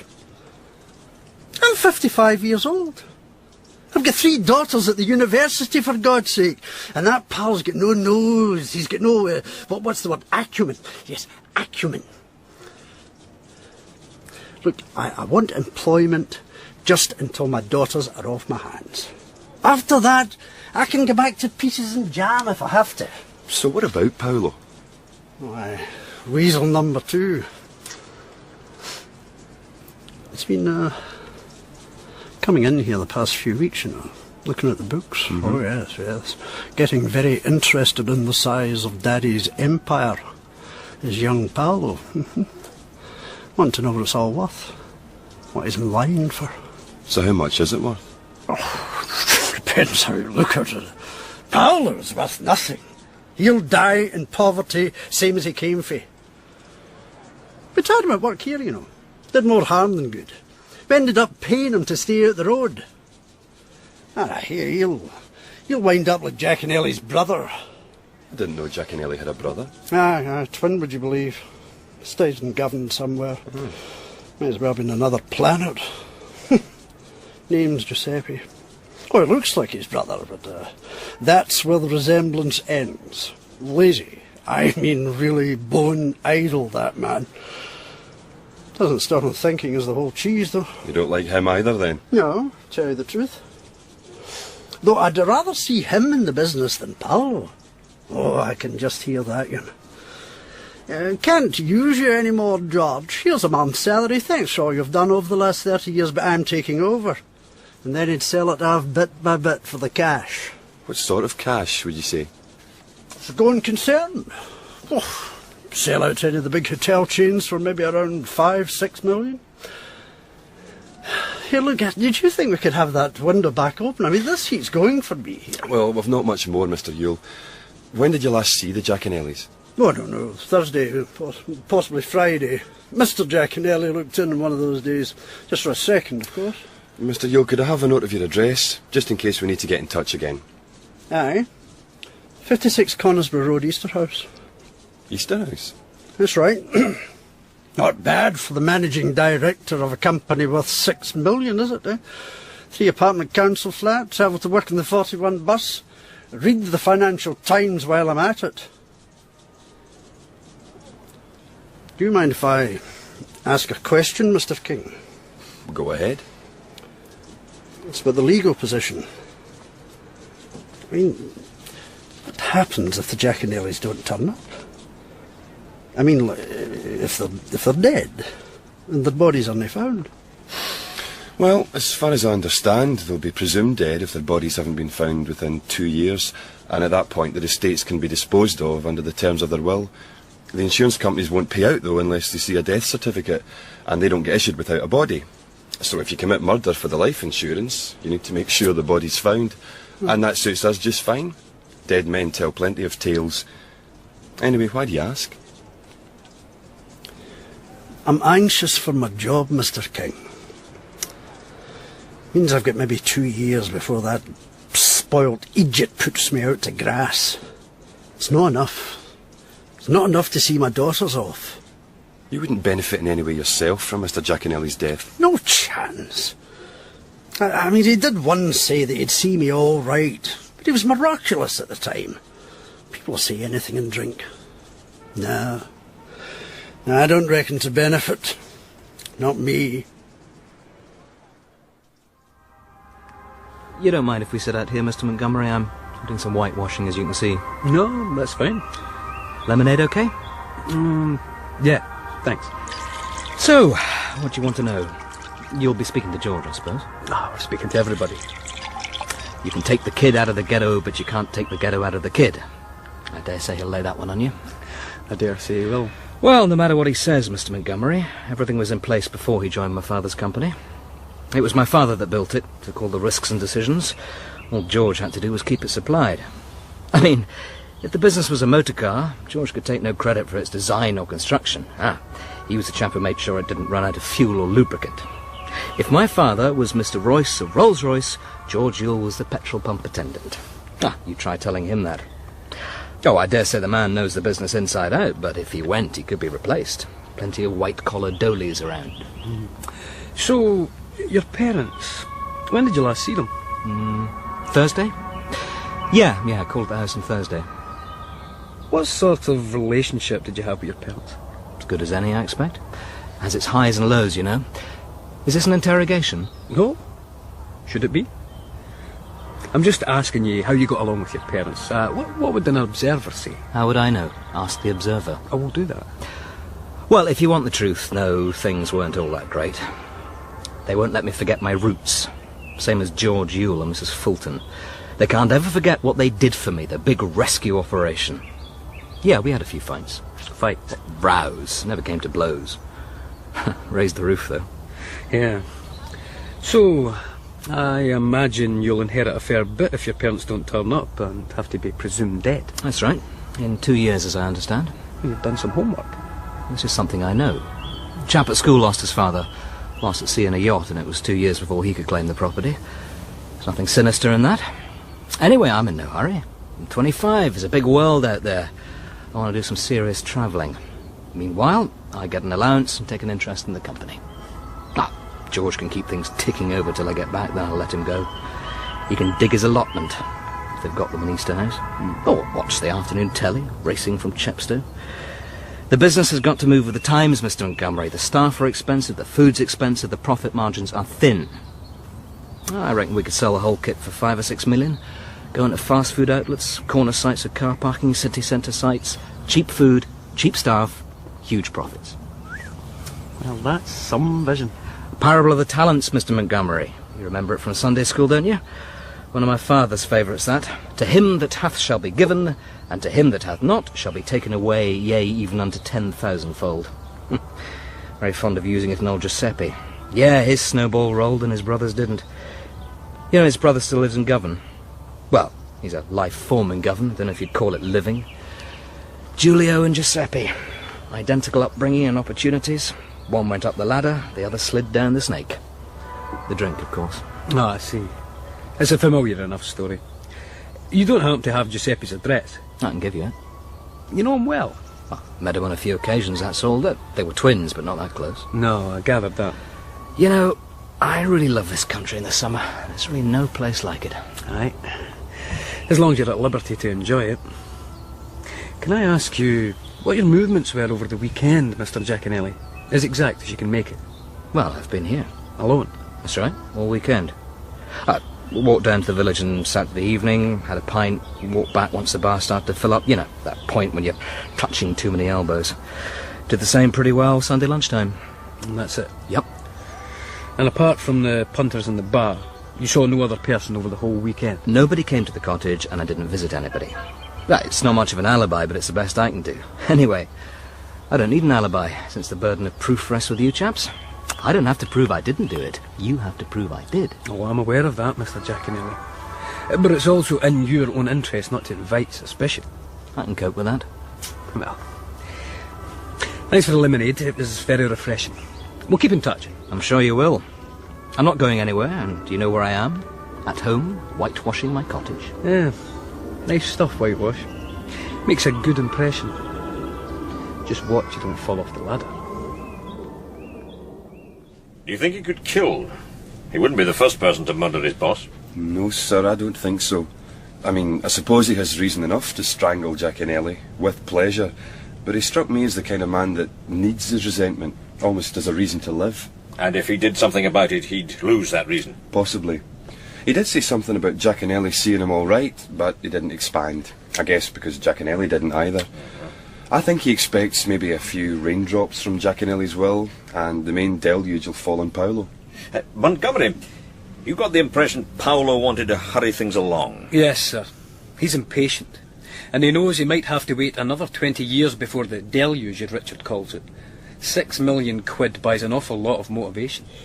He had the entire weekend to do the deed, clean up any mess, and he's smart enough to know that without the bodies, it'll be hard to get a conviction. And he's public school educated, so he's not going to be intimidated by the police. Been bullied by experts. So what do you reckon? I don't know. A pre-dug grave in Caithness, maybe. Weighted bags a few 100 feet out into Loch Lomond. I really think we should lean on him. Maybe. Anyway, it might interest you gentlemen to know that we've just taken a call from Sergeant Sussex. He's still at the locus with the scene of crime people. And we appear to have solved the mystery of the locked doors. Oh? The fire escape, apparently. At least that's the gardener's helpful contribution. The fire escape is accessed via the attic, a metal ladder basically attached to the rear wall of the house, with the bottom 20 feet or so retractable. I see.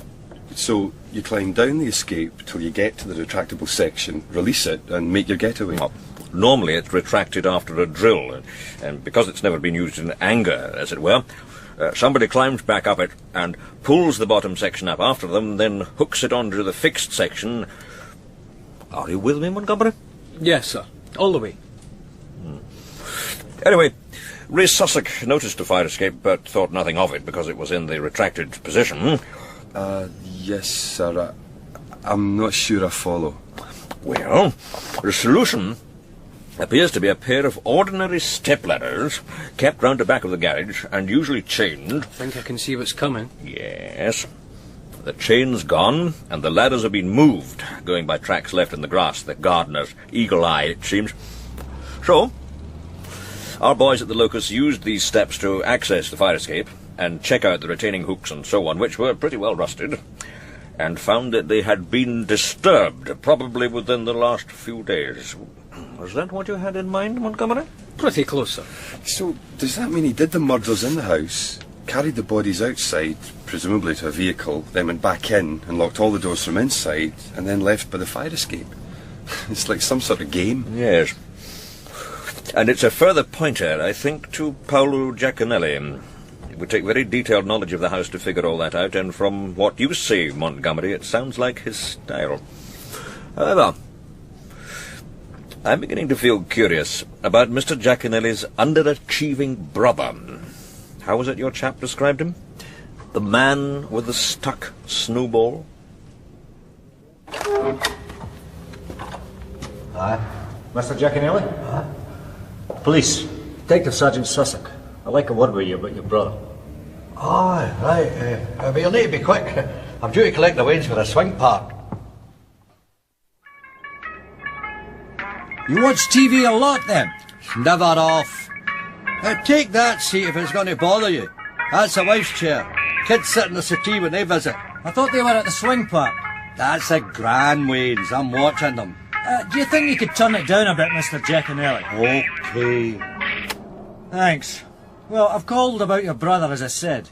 He's disappeared and there are indications of suspicious circumstances. So, tell me. Do you know of anybody who'd want to harm your brother? He's a businessman. Goes with the territory, doesn't it? You don't get where he is taking prisoners or passengers. Aye, that's what he called me, you know. His own twin brother. Asked him for a partnership. He'd only 3 restaurants at a time. Plenty of work in front of him. I don't need passengers, he said. Do you think that's fair? It's not for me to say. Mr. Giaconelli. Sorry? I'd like you to call me Mr. Giaconelli. Oh, you would? You would, Mr. Giaconelli.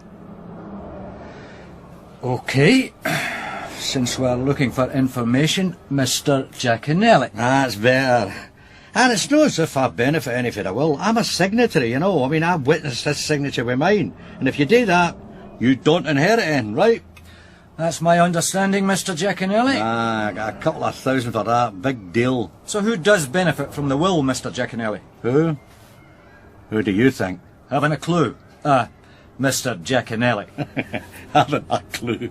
That's rare, so it is. The police hasn't a clue. Well, I'll tell you, it's that Paolo creature, Mr. Smoothie, and that guy George Yule. Him and Paolo divide it equally. Oh, the wife Rona, she gets the big house and whatever's in the bank. There's plenty there to see her out, I can tell you. And Paolo and Yule get the company. And do they know this? Does Yule know he's going to inherit half the company? Mr. Giaconelli. Of course he knows. He knows 'cause my brother told him. Mind you, he was half cut at the time, otherwise he wouldn't have said anything. And I'm not sure Yule believed him. Anyway, it must have been in the back of Yule's mind that he was in for something, for all the good it would do him. How do you mean? You're forgetting, aren't you? Mr. Giaconelli. Well, Yule's in his 50s, isn't he? He could be well retired by the time my brother snuffs it. Julia and me, we're only in our 60s. Could live to 80, 90 even. Yule wants his share of the company while he's still got a puff to enjoy it. Same with that spoilt idiot, Paolo. He's no one to wait till he's middle-aged. They both want it now, if you ask me. See what I mean? Detective Sergeant? Huh? Oh, aye. You see what I mean? Detective Sergeant.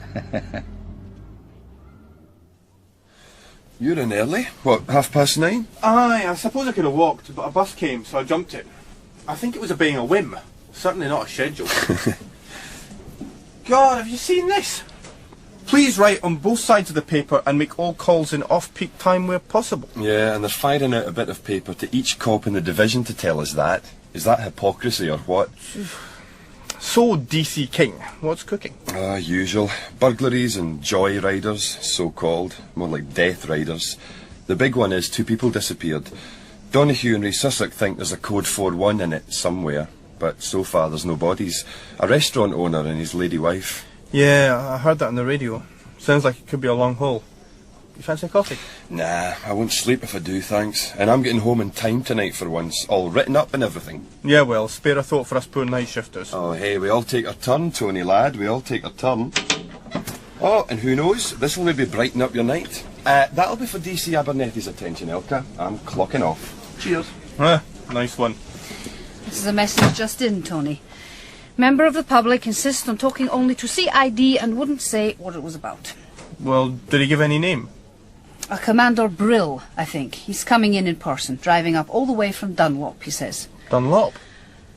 That's what I thought. So I didn't try to squeeze any more information out of him on the phone. Said he didn't want to speak to junior ranks anyway, and the implication was especially not female junior ranks. No, God forbid. Well, obviously you better put a pot of coffee on for, what's his name again? Commander Brill. Yeah, and don't forget to salute when you bring it in. Yes, it was the dog that alerted me. The dog? My Labrador, out for a stroll. He's a black dog, you see, suffers in the heat, so in summer we take our walk at night. Came across a motor vehicle, doors open. Raffles got agitated, so I had a shufti. And there they were. Still are. Beginning to hum, actually. Been there a few days, I'd say. Legs stiffening, rising up off the floor of the van. And where is this van, sir? Well, about half a mile outside of Dunlop. The B706, Beef Road, a track on the right, about a couple of 100 yards down, in a stand of trees. I believe it was there on Friday. On Friday? Did you see it? Oh, can't be sure. Caught a glimpse of it from the road, I think. It's possible some local lads have had a go at it. The windows have been smashed and the doors forced. Probably took fright and scarpered when they saw what was in it. Well, anyway, if you want a statement, I'll be happy to oblige. Well, I think I'll send a mobile unit out first to check, Commander, if you don't mind waiting. Of course, of course. First things first. I might be some sort of crank, for all you know. I'll have some coffee sent in. Splendid, splendid. Dr. Reynolds. Sergeant Sussex. Ill met by moonlight, eh?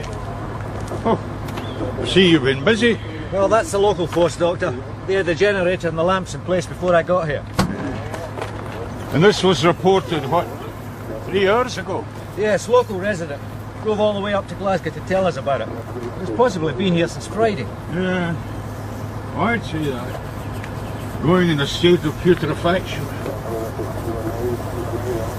I don't want to move the bodies till your people are finished, but I can't see any obvious injuries. Doesn't look like suicide, though. Not the two of them. Left like this. No pipe from the exhaust either. No, I'm presuming it's murder. There's been no attempt to conceal it. The fuel grew out of the road just outside the village. I'm only surprised it's taken 3 days to be reported. I take it you've a good idea who they are. Oh yeah, there's no doubt about it. This is Mr. and Mrs. Jack and Ellie, late of Dunlop, in a very prosperous restaurant chain. And from the state of it, this obviously isn't one of their own vans. Anyway, I'll go on ahead to the GRI, Sergeant, and if you'll ship the bodies up, I'll start the post-mortem as soon as you arrive. Would it be possible to delay the post-mortem, sir, till the bodies have been formally identified? Oh, yes, of course, if it'll help you. Well, Mr. Jack and Ellie is a twin brother in Govan, and I think we could get him into the GRI quickly. A rapid ID is always an advantage. Well, never scorn an advantage, Sergeant Sussex. What does he do? Do they wheel about here? No, Mr. Jack and Ellie. If you're ready, they'll draw back a curtain. Aye, okay.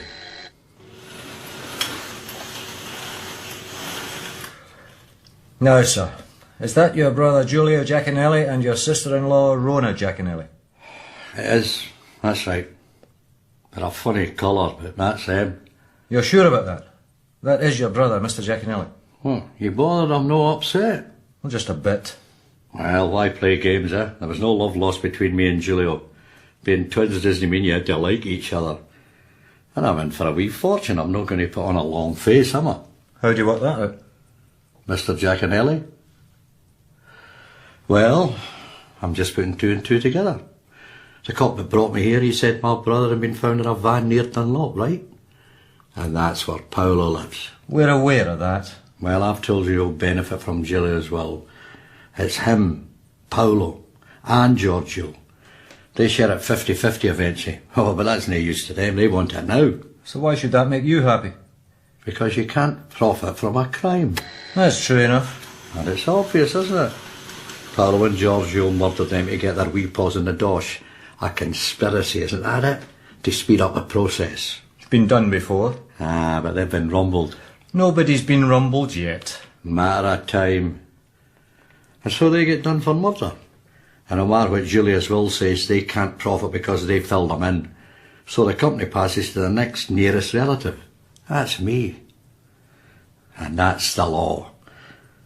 So you're going to make an arrest at dawn, eh? What is it they call it? A swoop? And get Paolo and Yule. Just hold your horses, Mr. Giaconelli. You can give us information, but don't tell us what to do. Ah, right. So what time do they open, the bars? 8 o'clock. The ones with a breakfast licence open at 8 a.m. Another couple of hours, eh? Well, I can wait that long for a wee wait. I've been waiting all my life to get rich. Another couple of hours is not going to hurt me, eh? What about solicitors? What time do they start work?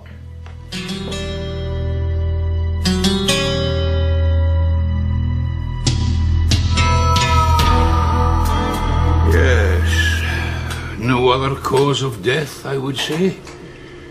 They were both alive when their skulls were fractured. And the man sustained fractures to his left shoulder and arm as well. Probably one of the blows that damaged his watch. Oh, that'll be very handy for you, Sergeant. Shows a time of 9:45. Oh, it's an analogue display. You can't tell if that's AM or PM. And how about the day, sir? I think we need to fix this one as accurately as we can. We don't have much else in forensic, apparently. Oh, I'm aware of that, Sergeant. I can only give you my best estimate, as you know. In this case, that's got to be determined by the rate of putrefaction. Although we're both past middle age, not carrying much surplus fat, quite lean in fact, which is a slowing factor, as is sudden death itself. Really? Oh, yes. Also the lack of moisture in the closed van. Warm and dry outside. Not exactly typical weather for these parts, but at least until the windows were smashed, they were being fairly well preserved. No, it's never quite as straightforward as we'd like. I know that much. Is it possible to fix it within 24 hours? We really need to know what day we're talking about. Well, let's say we're not completely in the dark. We've learned a few tricks. There's always a few scholars still burning the midnight oil, thankfully. Makes up for us artisans. You found something? Yes. Believe it or not, Sergeant, it's a wee beast called Califana erythrocephala that comes winging to the rescue. Sorry? The commoner garden blue bottle. Plenty of them about in the summer. And 2 huge lumps of fresh meat in a shady place. What could be better? Well, not much, I suppose, if you take a blue bottle's eye view. Exactly. See, our trouble as a species is we're far too anthropocentric. You don't fish by any chance? Oh, I have done, now and again. Can't say I've ever had much luck. Well, we might be doing a little better here. It's not a very pleasant thought, I know, but the van and its contents were like a bake shop larder. You mean maggots? Oh, Sergeant Sussuck, I hope you don't pull a face like that when you're threading them onto your hook. I'll need to strike you off my list of agreeable fisher friends. No, it's sea fishing I've done, Doctor. Nice, clean mussels. Well, it depends on where you picked them. These days you half expect them to glow in the dark. Anyway, to return to our muttons, as the French say, there were eggs by the thousand on the exposed flesh, and some under the clothing. And some of them are hatching into larvae, and the oldest are well into their final stage, so we're talking perhaps 4 days. It's now Tuesday AM. I think I'd be prepared to stick my neck out and say the murders were committed on Thursday, 9:45 p.m. that is. That's my best guess, Sergeant Sussex, and you've got the humble maggot to thank for that. Wonders of modern science, eh? Oh, there's actually a specialism these days, forensic entomology, believe it or not. There's a very good book by a former Home Office pathologist, a man called Simpson. Everything you always wanted to know, but were too squeamish to ask. I'll lend it to you if you like. No. I think I'll pass on that one, sir. Can you add anything to the circumstances of death? Time of death would be a real bonus, but if there's anything else we should know. Well, from the injuries sustained to the arm, as I've said, it's clear the man put up resistance. And I would imagine the woman had warning of the attack from that. Certainly she was struck from behind. Very likely she tried to escape. But what's more interesting from your point of view, I think, is the fact that there are some green stains on the clothing.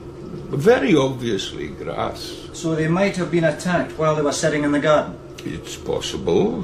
That would tie in with what they were wearing, what I would describe as casual.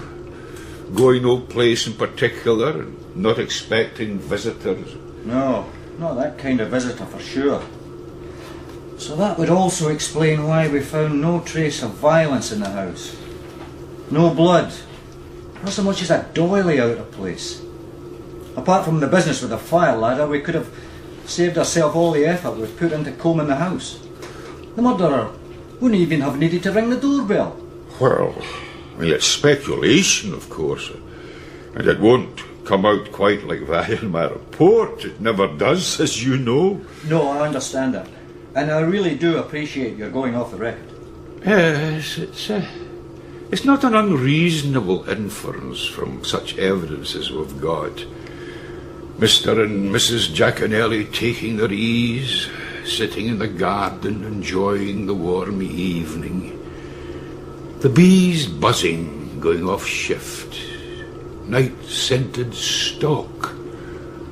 A wee glass of chilled Frascati. Aye. We know not the day nor the hour, Sergeant, do we?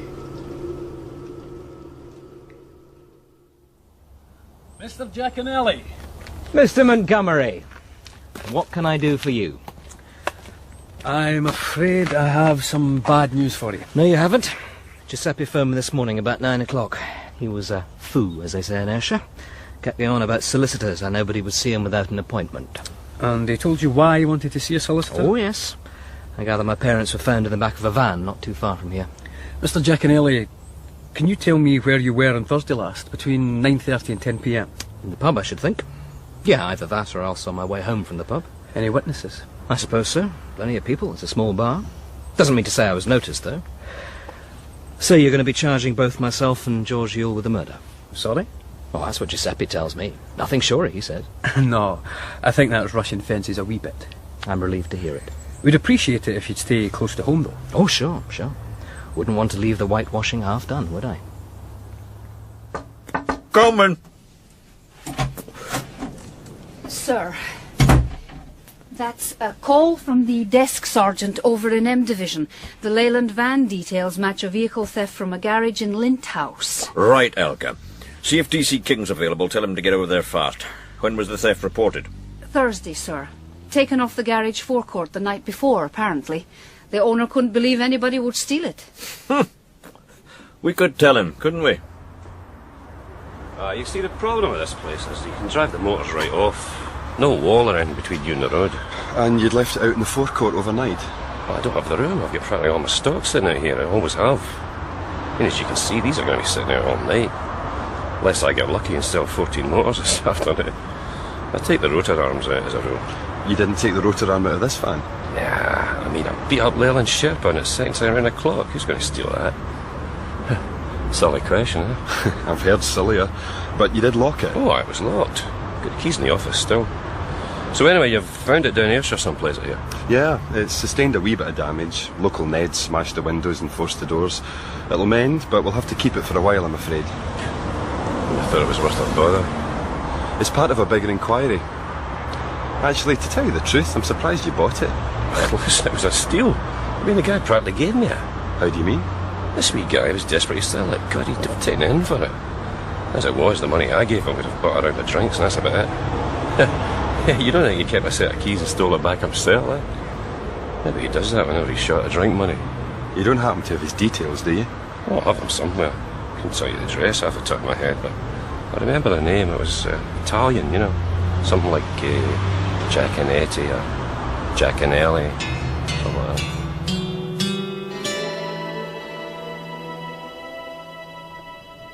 You know, Ray, if this case sticks in my mind, it'll only be because of that magnificent cold house and the amount of money involved.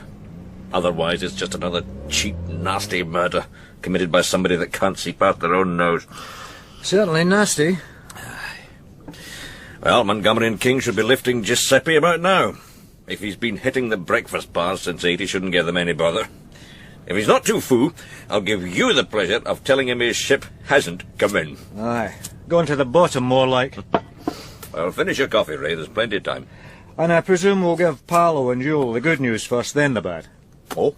What's the bad news? That Giaconelli's will prevents them splitting the company. They hate each other like poison, but he's got them roped together like Siamese twins. Well, they'll find a way. As Montgomery said yesterday, 6 million quid buys an awful lot of motivation.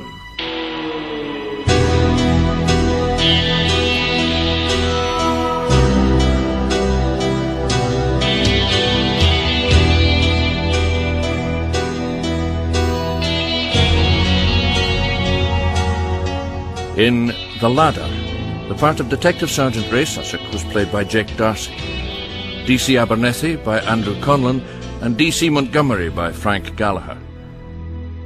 D.I. Donahue was played by Crawford Logan, W.P.C. Elka Willems by Eliza Langland, and D.C. King by Liam Brennan.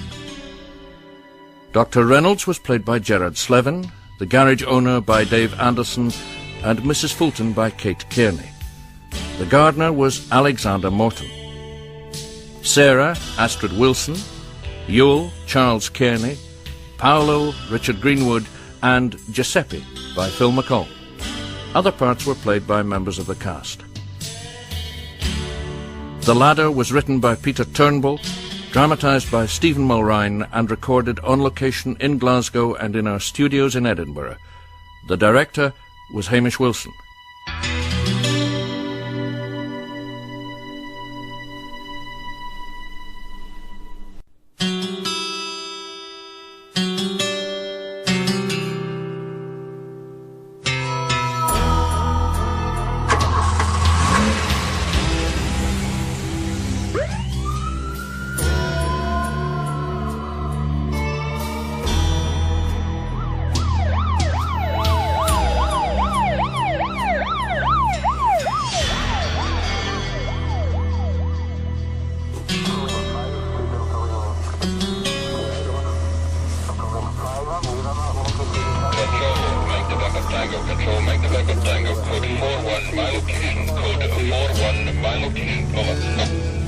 Roger that, Mike November Tango. Your code 41 acknowledged.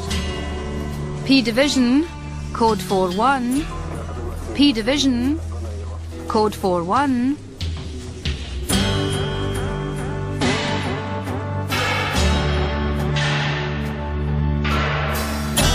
Long Pig by Peter Turnbull, dramatised by Stephen Mulrine.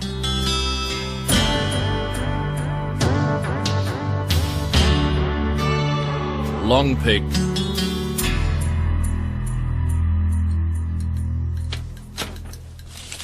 About this one then, kiddo.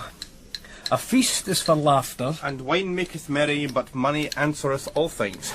Too true. Ecclesiastes 10:19, to save you guessing. Started the Herald crossword yet? Morning, Sarge. Sarge. I must have seen you coming. Milton too? Thanks, Tony. Quiet night? Yeah, nothing of note. Burglary up the West End, car full of stolen goods. Not connected as far as we know. You didn't bring in the paper. No opportunity, really. You can stop off on the way home.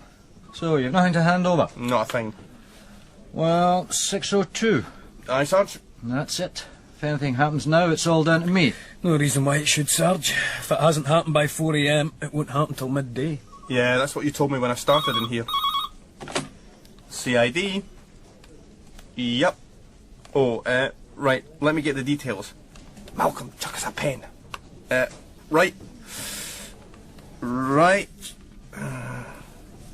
And, that's been verified. Oh, yeah. Okay. Yeah. Okay, thanks. We'll get onto it now. Trade? You could say that. That was Control. Just coming from Tango Delta Foxtrot. They've attended a code 4-1. Oh. Yeah, in the East End, Parkhead, Quarry Brae Street. An incineration job. Same as before? Apparently so. Real Sunday roast. Only this time the hands were nailed to the floor. That's new. Aye, it tends to be like that with these guys. They get bolder all the time. Or just worse. Papers will lap it up. Torchman strikes again. Well, that's 3 since the turn of the year. Sarge, do you want me to stay on? Lend a hand? I'd appreciate it.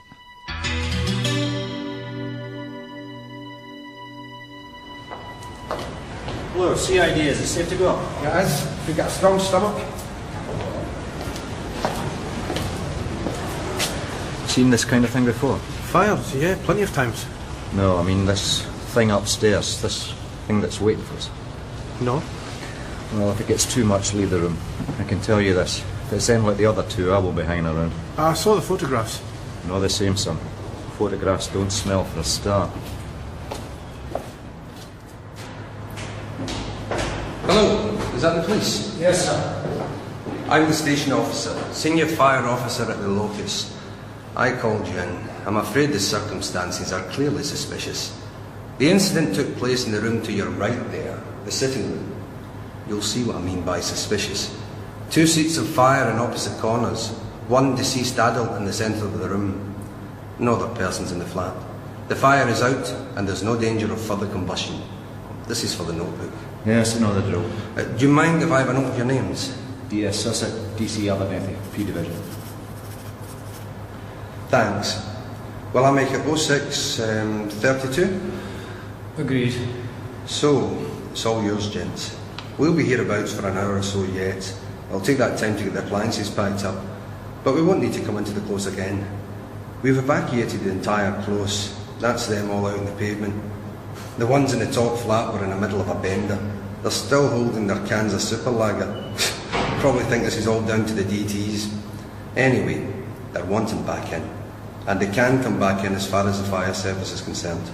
But I've kept them out of the close in case you wanted to post yourself. Thanks, we'll look around a bit, then decide about that. But I won't forget. Right, Sergeant. I'm off now. Thanks.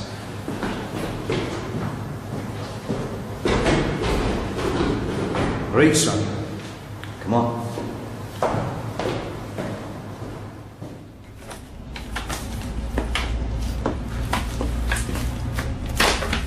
Oh, Jesus. Are you alright, lad? God, is that really it? You'd hardly believe it was human, would you? Take a look at it, then go outside. Come back when you're ready. I don't think I'll ever be ready. That head. Like some sort of alien, I know. They swell up like that sometimes. If there's any consolation, you never get used to this. Sarge, look at the nail. See, in the floor. Aye. Obviously worked one hand free. We'll have to wait for Dr. Reynolds, but that might mean he was conscious. But surely he couldn't have. He could have done. Probably did. Probably he pulled his hand through the nail. If you're frightened enough, you'll be surprised what strength you can find. Couldn't get the other one free, though. Do you think that means the other two were conscious as well? If it's the same bloke? Torchman? No, it doesn't mean anything. All we know about the other two is that they were alive. The pathologist couldn't say whether they were conscious or not. This looks different, though. You wouldn't pull your hand through a nail if you were unconscious. And that smell? Roast pork. Oh, for God's sake, Sarge! That's the smell, isn't it? Long pig. That's what the cannibals in the South Seas call human flesh. It's supposed to taste like pork. Look. Look up. Sarge? The ceiling. See it? That yellow patch. It's like a chip pan fire. That's the body fat. Gets carried up by the smoke. I think I'll go outside if you don't mind. Oh, hello. I thought you guys were finished here. Some sight, eh? Aye. Bleeding hand told me to go back up the stair. Said I should look at it again. So this time I leave my own terms instead of running away. I'm building up to it. Well, I'm supposed to be. Don't think I'll go back in. I've never seen anything like it. You want a cigarette? It's against the rules, but who cares? No thanks. Look, I don't normally, but do you think I could have a cigarette? Ah, sure. Frankly, I don't give a damn about polluting the locus. My sergeant... Thanks. My sergeant has his own way of coping. I'll need to find one. Been in the police a while? A few years. Just joined CID though. Aye, well, I've been in the fire service 2 years. I don't think I'll stick it. So it takes more out of you than it puts in. I know the feeling. I dare say we're still young enough to move on. I mean, my sergeant in there, he can take it, because he has to. He's got nowhere else to go. Jesus. Long pig. Talk about sick. Oh, is that a thin, Sarge? Don't drop the faggots, lads. You shouldn't smoke here, you know that. I've had a flask of light of a wee dram, but I haven't. Anyway, when you're done, nip the fags and lose them in the street. You happy to stay here, Tony? Yes, Sarge. Ecstatic. Right. I'm going to tell those folks they can return to their homes, but not to leave them. We'll need to interview them all. Don't let them in here, obviously. Keep them moving past and don't answer any questions. Then it's scene of the crimes and the pathologists. Okay? Right, Sarge. Guy's a human being anyway.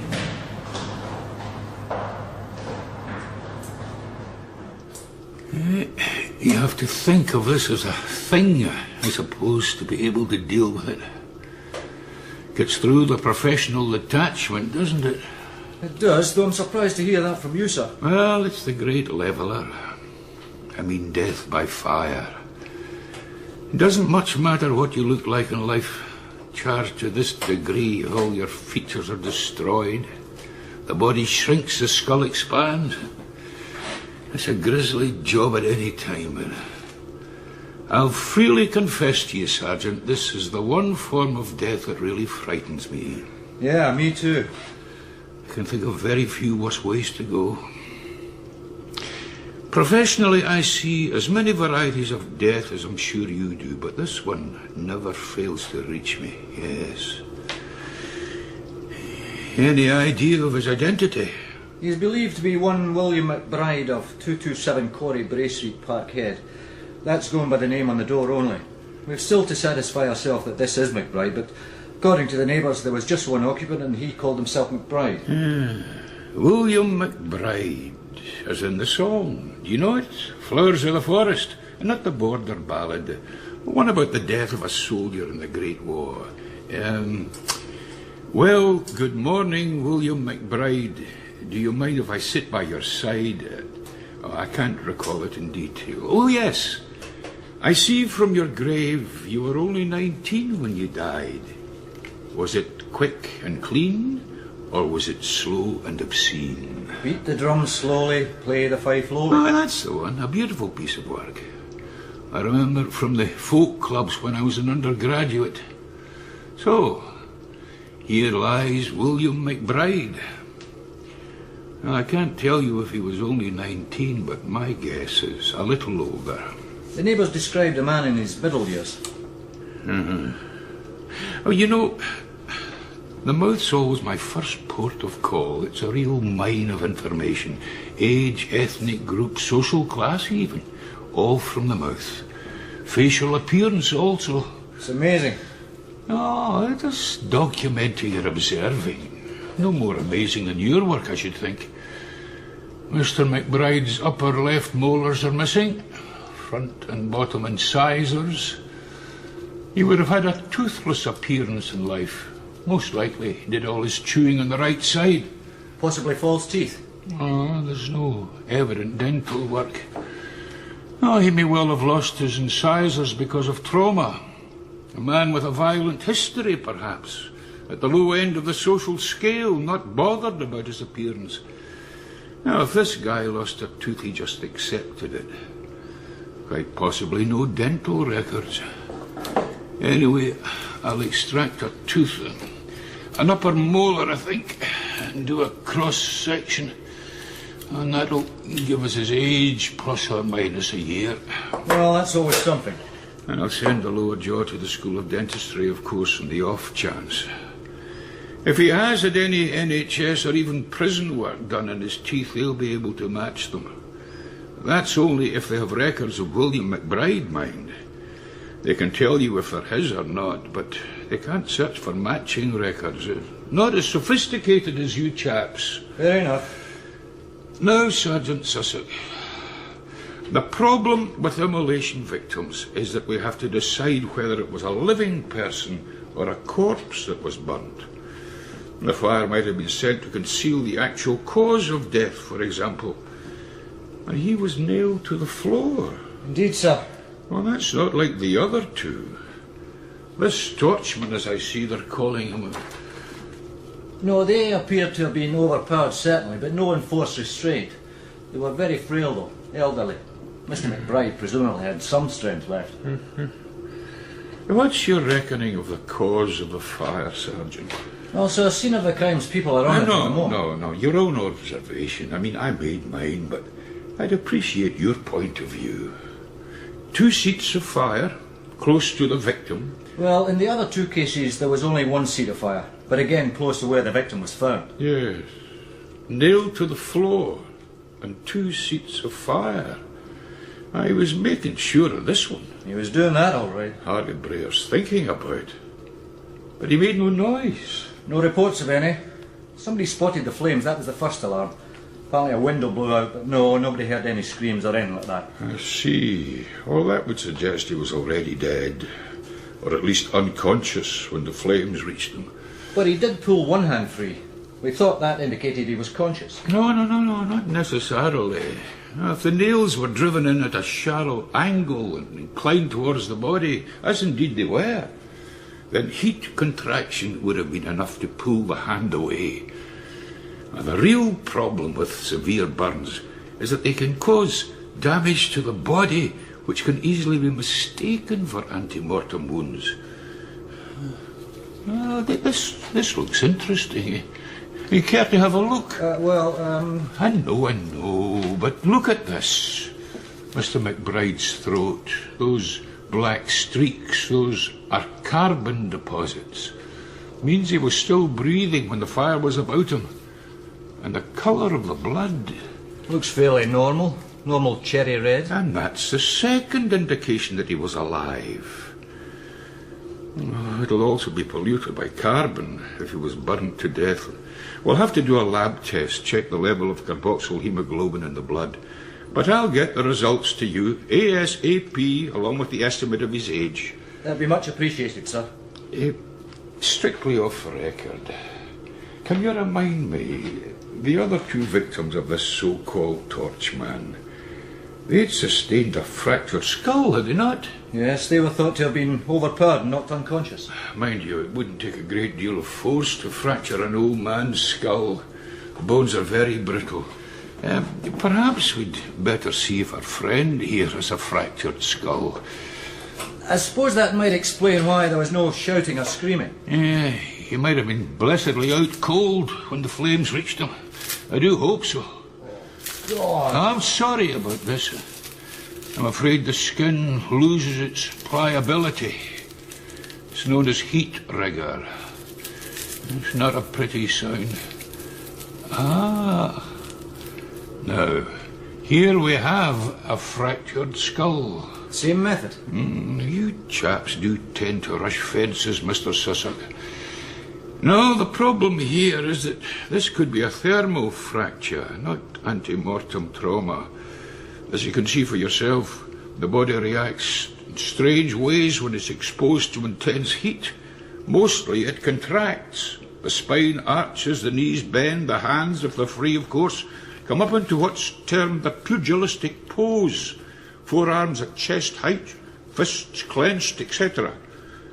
But when all that's happening, The brain tissue is expanding, sometimes with so much force that it cracks the skull from the inside. I wouldn't have thought that was possible. Oh, it is. I'm sure you've boiled an egg. Noticed how the shell sometimes cracks when the hard-boiled meat of the egg expands. Yeah, I suppose so. Well, it's the same principle exactly. You might call it another example of heat trauma resembling ante-mortem injuries. In this particular case, though, the injury is extremely localised, which suggests it was ante-mortem. Look, you see how the skull's depressed here, just behind the ear? I think it's safe to say he sustained a severe blow there, which didn't kill him, but may well have rendered him unconscious. So it does look like the same method? Yes. Also, there's some tissue damage, which I'll need a closer look at. I mean, closer than this hand glass. But there's some indication that the blow to the skull might have preceded death by a matter of days. Days? Yes. Possibly as much as 48 hours. Dear God. I mean, pinned to the floorboards, alive, maybe drifting in and out of consciousness. Yeah. Slow and obscene, I'm afraid. You know, I think William McBride here's beginning to tell us a tale of awesome content. Well, that's your job, Mr. Sussex. But let's see what the stomach can add to it. Oh! Yes. Empty. I have expected that. Empty, empty, empty. Nothing in his stomach whatsoever. It would take 2 days for that stomach to empty like this. Oh, this isn't just a murder story, Sergeant. There are times when early retirement looks a very attractive prospect.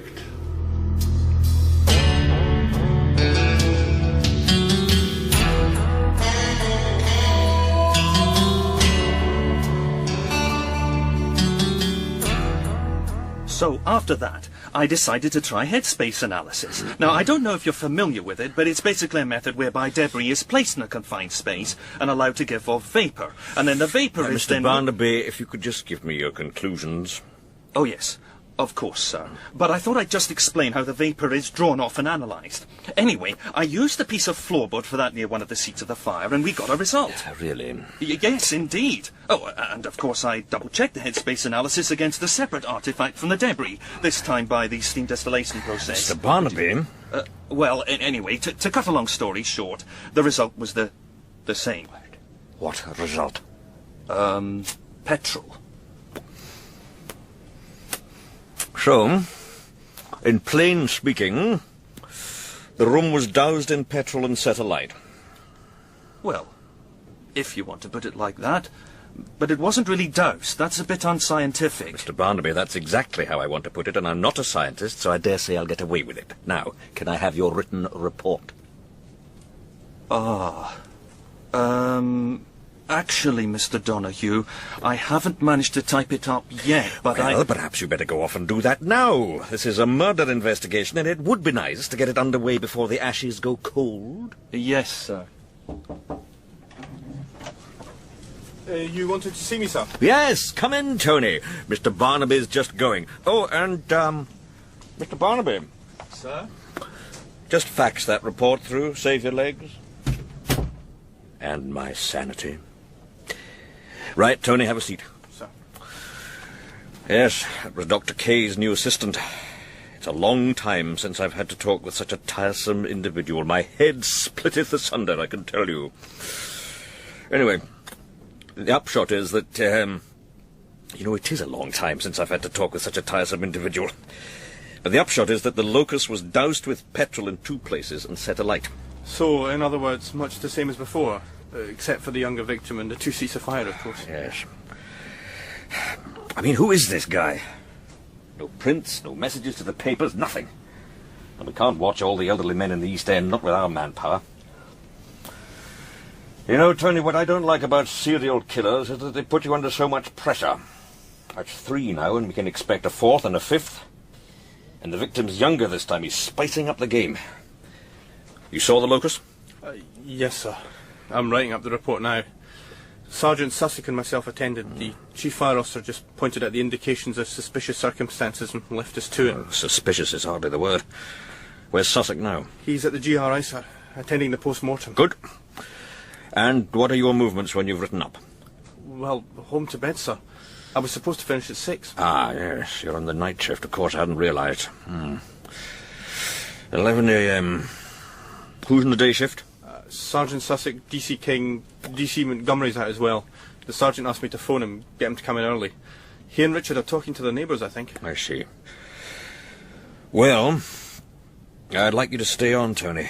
Sir? I'm sorry. I know you're tired, but you'll find your second wind. We're conferencing the so-called Torchman murders in here at 2 p.m, and I'd like you to be present.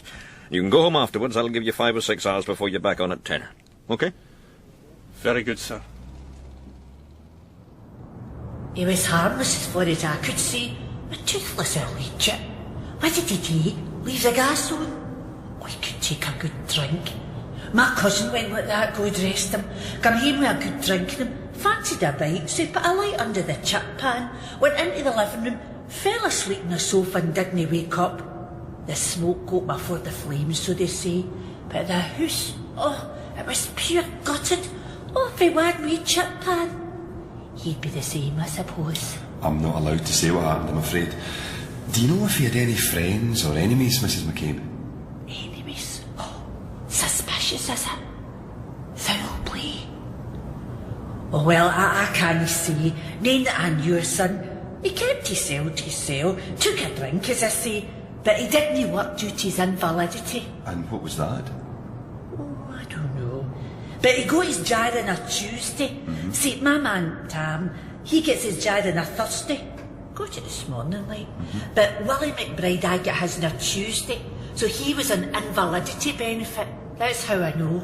And did you see him often? Only Tuesdays. Walking to the Legion. Right. That's mostly where he drunk the Legion. With the cheap booze, you know. And sometimes you'd see him staggering back. I don't think he was ever married either. Kept his cell to himself, what I say. Never made a sound. Never? Well, a couple of nights ago. Tuesday it would have been. We heard a noise. I Tam remarked on it because he was normally that quiet. His flares are ceiling, you see, so we can hear all what's going on. Anyway, it was like a crash, as if he'd fell down drunk. Then he gets up again. Or at least he starts walking around like he's just fell and picked himself up. A wee while after that, he starts banging in the flare, like he was maybe nailing down a carpet or something. Maybe he tripped over it. Anyway, that was him then. No a squeak at him. And you didn't think to check? Like even the next day? No, I'm telling you, he hardly ever made a sound, so that was normal for him. Besides, why didn't he want to go up if he was drunk? Oh, he could be a bad swine in the drink, swearing like a trooper. And we heard him in the morning anyway, walking about. Oh, you heard him the next morning? Well, it couldn't have been anybody else. At least that's what I thought. Yeah. Seen the scheme, son. They're saying it was Torchman that done it. You know him that's been in the papers, is that right? I can't say. God almighty, son.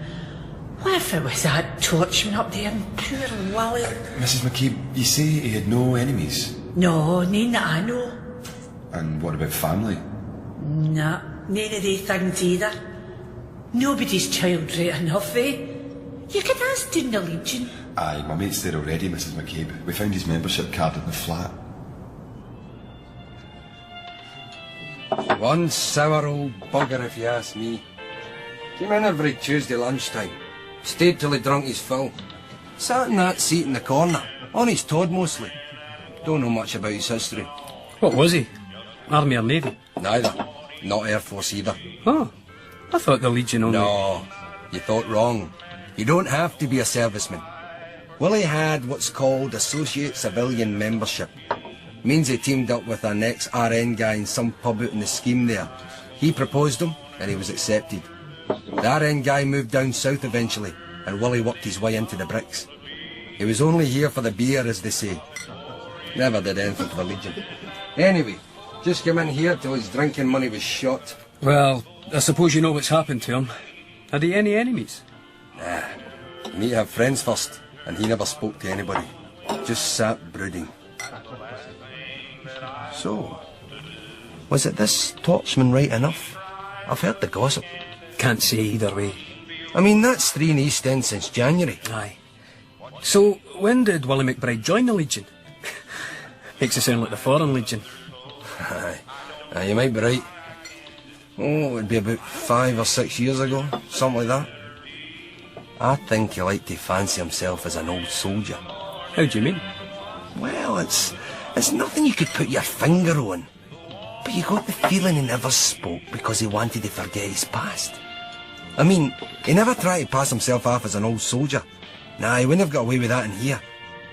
But it was as if he was content to let people see him just sitting there, staring into space. Like he was remembering old comrades or something, refighting old battles. You know what I mean? Well, that's just my feeling though. Yeah, thanks. Thanks a lot. Not at your best, Ray. Black clouds over Rutherglen again. Ray? Sorry, I'm miles away. No, they're a permanent fixture. Where is the life that late I led, eh? That's Shakespeare, isn't it? Well, I remember it as Howard Keel singing at Catherine Grayson. And if you can remember that, you've every right to be depressed. And don't ask who's Howard Keel. No, actually, I was thinking about McBride. The late William McBride. Yes. It's a terrible business. Well, yeah. His death and his life both. On his own in that god-awful dump. I could get morbid about it, Elka, if I'm not careful. You're just tired, Ray. What have you had to eat? Have you had any breakfast? Yeah, I did, actually. Toast and marmalade. Somebody else, as it happens. That's bedsit life for you. Dear God, Elka. A serving police officer, and I'm stealing somebody's marmalade. Thrill seeker. Yeah, well, I suppose it makes up for my tea bags. And the cheese. Mice that can open fridges. You think I should tell the newspapers? See, you're brightening up already. Yeah, I suppose so. What about you? Is that all you're having? It's for speed. I've got to go out with Phil Hamilton as soon as he gets back in. Quarry Bray Street? Yes, the DI wants us to do a thorough search. Fine-tooth comb. We've been warned to take over also. I expect the place will be grotty, apart from the rest. Yeah, a typical old bachelor pad. I know it well. Anyway, I suppose I'll catch you later. Oh, hey, you couldn't check and see if he's left any tea bags. Oh, you're evil, Sussex. You really are. I don't remember it being called the invisible thread, though. Yeah. The idea is there's an invisible thread 6 feet long between you and your partner when you're doing a search. And it's not to be broken. It's for your own protection. I mean, if you find a hoard of cash, you can count it together there and then. So if they subsequently turn up a relative and they say there was a crock of gold under the floorboards, you can't be accused of stealing. Well, not on your own anyway. Elka? Elka! What are you doing in there? Did they say the name was McBride? Eh? Phil? Did they say his name was McBride? Yeah, that's the name on the door, isn't it? Uh-huh. But there's letters in here addressed to somebody called Dillon. See, Alexander Dillon, care of McBride, 1 up left, 227 Quarry Bray Street. That's funny. He's supposed to have been a loner. This one's recent, look. Dated last Friday, so it would have arrived Saturday or Monday. With Social Security, notifying him about the change in his benefit, the November increase. And that means this Dillon person has been here some time. It's not a new claim. What do you reckon? Phil, this is hot stuff. A one-person flat, only one man's possessions in it. Look, the form gives his date of birth. He's supposed to sign and verify the details. April the 12th, 1938. That would make him 56. That's about right. You know what I think, Phil? What? This house is a mail drop for one of his mates? Well, I don't see any letters here addressed to McBride, do you? See, look, Housing Department, DSS, Library, all addressed to Mr. A. Dillon, care of McBride. Phil, this is the home of one Alexander Dillon and none other. What? The guy's just been calling himself McBride. Oh, he hasn't changed his name as such. He just uses an alias for everyday purposes. But officially it's Alexander Dillon. You better call this in. WPC Willems, control. Control receiving. WPC Willems, control. In attendance at the code 41, 227 Quarry Bray Street, House of McBride. Information for D.I. Donahue. Deceased may also be known as Alexander Dillon. Repeat, Alexander Dillon, 56 years. Over. Control WPC Willems, Alexander Dillon, 56 years. Message understood. Control out. Should we start a flap? Okay, Phil, we better press on. You do the drawers in that dresser from the bottom up. I'm just glad it's a tenement and there isn't a cellar. Oh, God, look at this. Didn't this guy ever wash his clothes? You better get some extra gloves, Phil. There's life in this drawer, but not as we know it. Everybody here, Ray? Yes, sir. Good. Shall we make a start? Now, if you'd like to review the investigation. Well, sir, I've drawn up a few notes. We are all broadly familiar with the case, but this is the first overview, the so-called Torchman murders. If I can just summarise. The first incident took place on January 31st, a Friday, when an elderly man, John Keegan, was overpowered, rendered unconscious and incinerated in his flat. The second incident was similar in every respect. Same sort of victim, elderly male, one Tim Marshall, same MO. As you know, sir, that second incident caused us to believe we might have a serial killer on our hands, and the press dubbed him Torchman. We made the routine announcement to ask all elderly people to be on their guard, but some of them would let the devil himself in for a wee bit of company. Remind me when the second incident took place? March 25th, sir, a Wednesday, so no apparent pattern in the days of the week, and a fair gap, nearly 2 months between them. And, of course, both of these and subsequently the third incident took place in the east end of the city. The first in Carlton, Claythorne Street, then Bridgeton, Dalserf Street, and this morning in Parkhead at Quarry Bray Street. So, if anything, he seems to be edging further east, but it's possibly not significant. And there's a gap of nearly 7 months between the Bridgeton attack and this one. Sir, I understand this morning's victim's now believed to be called Dillon, not McBride. Well, yes, D.C. King's got some feedback on that, but carry on, please. Right, sir. Other similarities include the fact that there appears to be no forced entry. All the victims were in their day clothing, according to the remnants found on the corpses, but the fires were all started in the small hours, and in each case the accelerant was petrol. You've obviously been reading young Mr. Barnaby's report. Anyway, the implication is that entry was gained in the evening and the perpetrator waited with his victim for several hours possibly before dousing him with petrol and departing the locus. And no witnesses to any of the incidents, no signs of robbery, no messages left for us or the press. Good, that's fine, Ray. Now, the third victim seems to represent a departure from the pattern, now, doesn't he? D.C. Montgomery, perhaps you'd like to take it on from there? Yes, sir. This McBride, or Dillon, wasn't particularly old. 57. I'm pleased to hear you don't consider that old. Sorry, go on. Well, he was also nailed to the floor. The other two weren't restrained, and don't seem to have tried to get away from the flames, so they were presumably unconscious. Again, they'd had the petrol poured on them direct, and McBride, or Dillon, was pinned down between two seats of fire, where the petrol had been poured onto the furniture. So, a slight deviation in terms of the victim's age and the MO. D.C. Abernethy.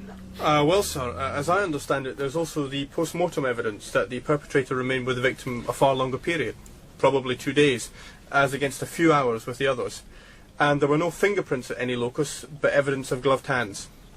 That's about it, sir. Good. Thank you, gentlemen. That's clear and concise. Now, the latest development. WPC Willems and PC Hamilton are presently carrying out a search of the locus, and thanks to the WPC's sharp eyes picking up on a batch of letters, it appears that the actual name of the deceased is Alexander Dillon. DC King, would you oblige? Yes, sir. I've passed this information down to the collator, and Mr. Dillon has a track record. The details are all here in this file. Alexander Dillon was convicted of murder 15 years ago, the sexual assault and murder of a 9-year-old boy, Russell French. And now you know why McBride changed his name. Mind if I have a look at that, sir? No, go ahead. Not very pleasant reading. In fact, it's about as unpleasant as crime gets. The child was abducted and held for 2 days before being murdered. And to think I felt sorry for that toothless old swine. Toothless? You sure about that, Sarge? Sorry? Well, the sergeant said he was toothless, and this morning when we were at the house, there was a piece of cheese in the kitchen.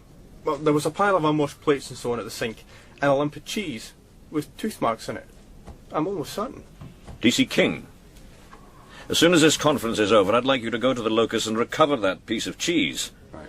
If it's as you say, Abernethy, the teeth impressions might well belong to the perpetrator. Well, Dillon might have had dentures, of course. Yeah, well, we'll let the forensic lab tell us that. Preferably by fax. Hello? Excuse me? Yes? Can I ask you if you stay in that close? I don't think we've spoken to you. No, I don't. You know the flat's sealed off. You weren't wanting to go in there, were you? No. You seem very interested in it. Just looking. I'm sorry, can I ask you why? No reason.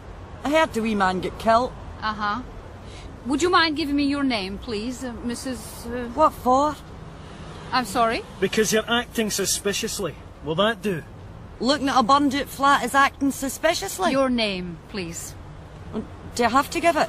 No, but you can always be charged with obstructing the police in the exercise of their duties. It's Silver. Annette Silver, Bradford Street. Do you have anything with your name on it? No. A library ticket? Social security book? Letters? Are you quite sure you've nothing? Oh, why, I forgot. Here. It's, an invalidity allowance. It's got my name and address. Thank you.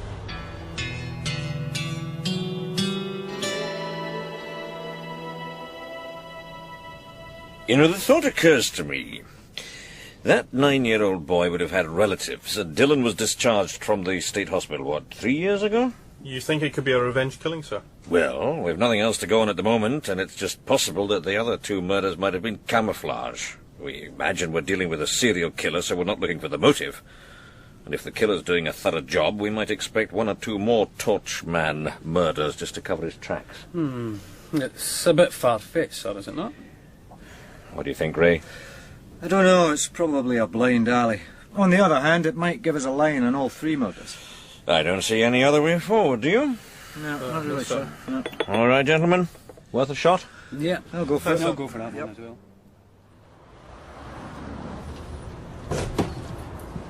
Richard! What brings you back here? Afternoon, chaps. I've come for the cheese, believe it or not. Cheese? Yeah, with an interesting bite out of it. There's a lump of cheese in the kitchen sink. I hope you didn't touch it. Oh, you mean that bit I put in my cream cracker? Very funny. You didn't suspect her enough to go after her? Well, no, sir. You sound surprised, Constable Willems. To be frank, sir, I am. Hamilton? Yes, sir. All right. You report that you noticed a woman paying more than usual attention to the locus of the code 4-1 involving the deceased Alexander Dillon. You rightly questioned her, then allowed her to walk away. We saw proof of her ID, sir. We saw her order book. You saw an order book, WPC Willems. In fact, you saw an invalidity benefit book, but you've described a woman in her mid to late 30s who was mobile enough to walk away from the locus. Yes, sir. You see my concern. I'm sorry, sir. I just assumed... No, try and assume as little as possible, and don't act on assumption. That's a dangerous game. Same goes for you, Hamilton. Sir, she might be mentally ill. That would qualify her for invalidity benefit. If she was long-term... No, you're clutching at straws now. The point is that what you were offered as proof of her ID did not sit at all well with her appearance. Did she speak as though she was mentally ill? No. No, sir, she didn't. Well. What's the time? 2:30. You were supposed to finish at 2, but I think it's not unfair to ask you to tidy this up first. You at least have a name and address. If you're lucky, you'll find it's the same person. After all, you're the only ones who know what she looks like. Yes, D.I. Donahue. Oh, Mr. Barnaby, hello, you. Yes, found at the locus. I sent D.C. King to retrieve it. Yes. Yes. Yes, look, I'm sorry, Mr. Barnaby, I'm in the middle of a case conference. Why don't you jot all that down on a side of A4 and fax it through? Yes, fine, good. Yes, I'll look forward to that. Thank you, goodbye. That's a stroke of luck. And I don't mean getting Barnaby off the phone. Seems our forensic people are playing host this week to a visiting orthodontist. Some big cheese in the teeth field. Oh, dear. I know. I couldn't resist it. Elka, hang on a second, I'll catch you up. Oh, God, I'm sorry, Ray. Donahue's just chewed up Phil Hamilton and me for not getting an ID properly. I'll be on duty for another hour at least. Damn, that's a pity. I thought we'd have both been on the same shift this week. We'd at least have a bit more time. We're supposed to be having an early dinner. It's okay, Ray, don't worry. You go on out to Langside and let yourself in. I'll be home by 4 at the absolute latest.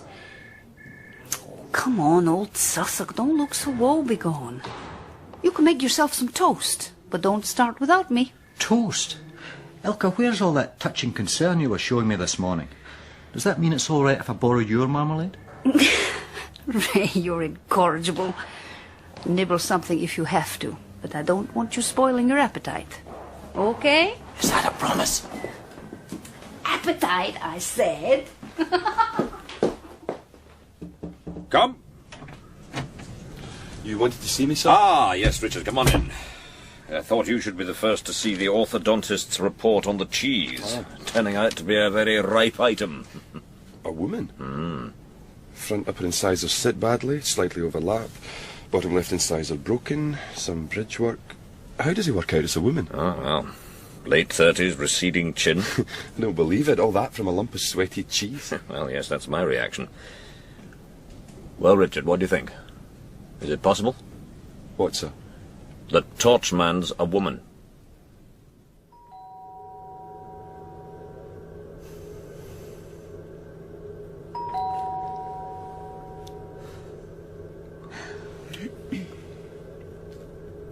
I'm coming.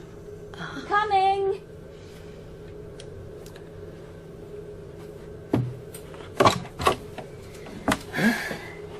I'm sorry.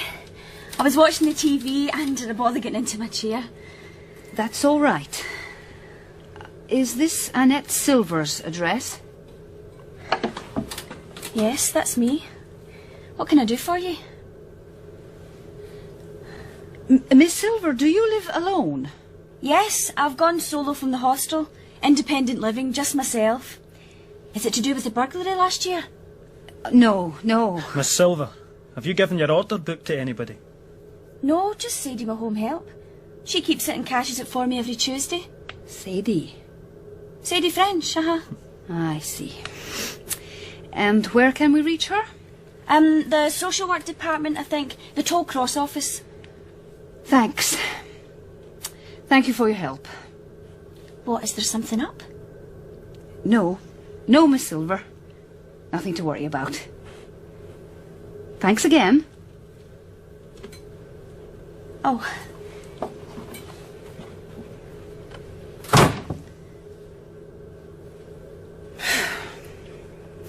Phil, do me a favour. Check out Toll Cross.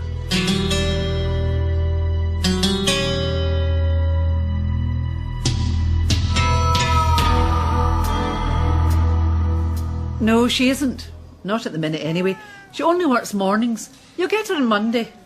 Do you know her address? It's quite important. I know it, but she'll not be there. She's away to see her wee brother. That's where she goes every Friday afternoon. Well, not unless she's got something special for him. Then she'll not wait for a Friday. So where does her brother live? Nowhere. What's that supposed to mean?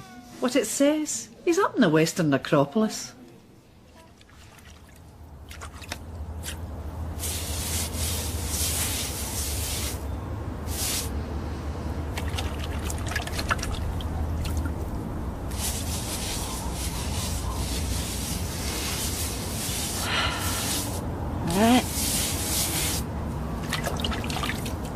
The winter's coming on now, wee man.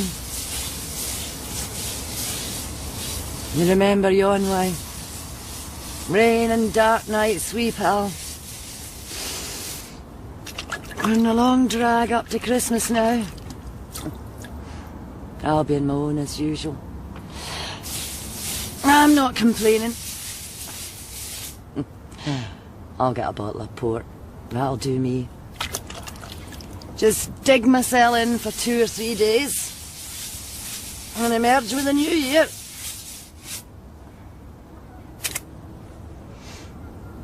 Aye, it was a fine mess, Russell. You'd have been proud of me. Maybe you are. Maybe you can see all this. But the place was gutted when him dead. I did a grand job right enough. And I knew that he went to the Legion on Tuesdays. I came back with a good drink in him. So, I just waited for him on the stair. And when he opened his door, that's when I hit him. Couple of times, maybe. I mean, you think he's an animal? Some kind of monster that could do that to you, Russell. But when it comes to the bit, he's useless. A kid-owned man, really. Anyway, I didn't want him getting up. So, I dragged him into the living room, rummaged round a bit, got a hammer and nails. Aye, like Christ crucified he was. And when he came round, I let him smell the petrol. And I stayed with him 2 days, Russell. Because that's how long he kept you. At the end, he's just lying there, whimpering. Aye, you can rest a bit easier now, wee man.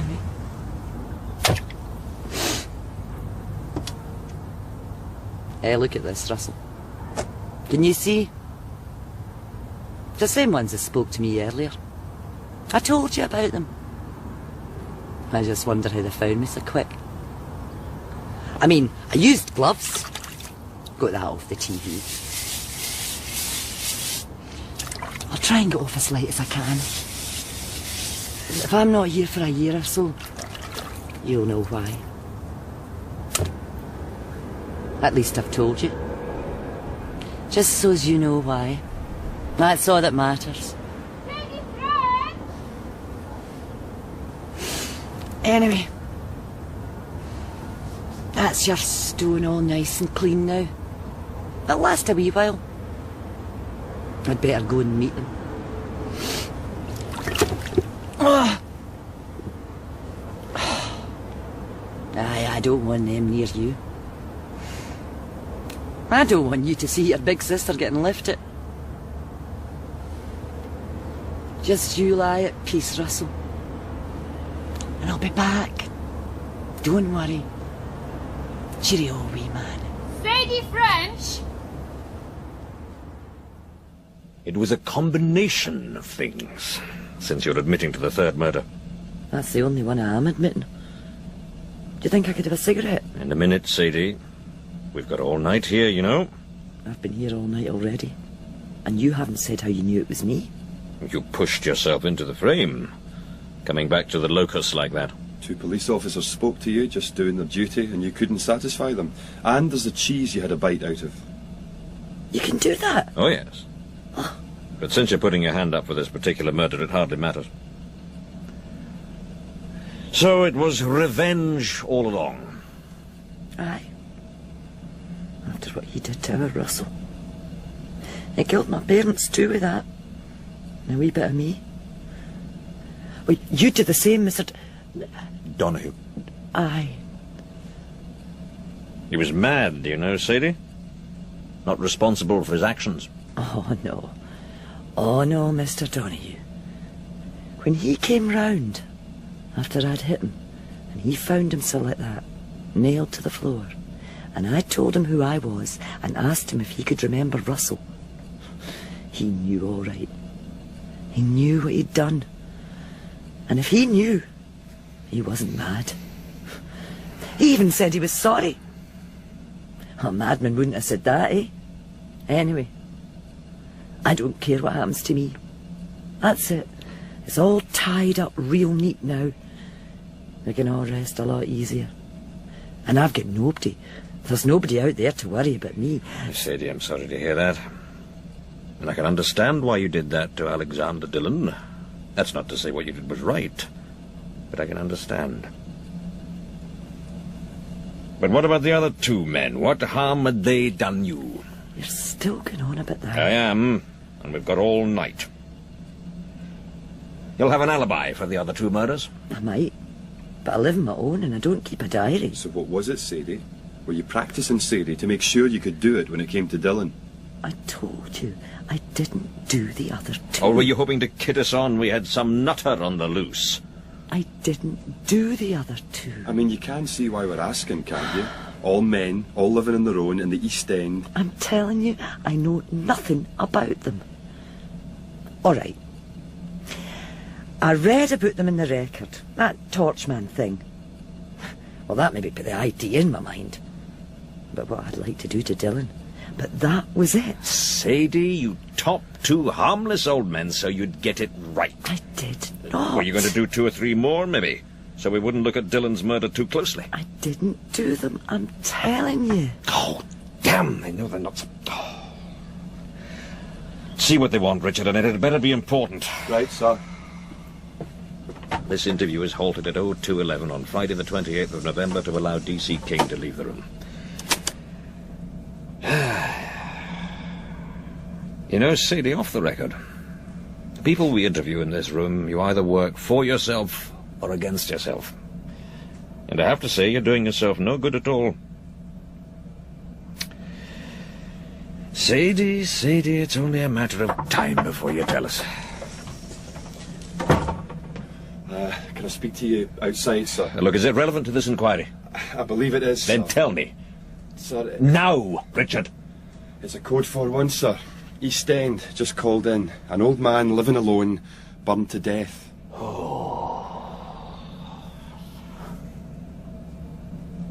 Torchman, eh? Can I have that cigarette now, Mr. Donahue? Please.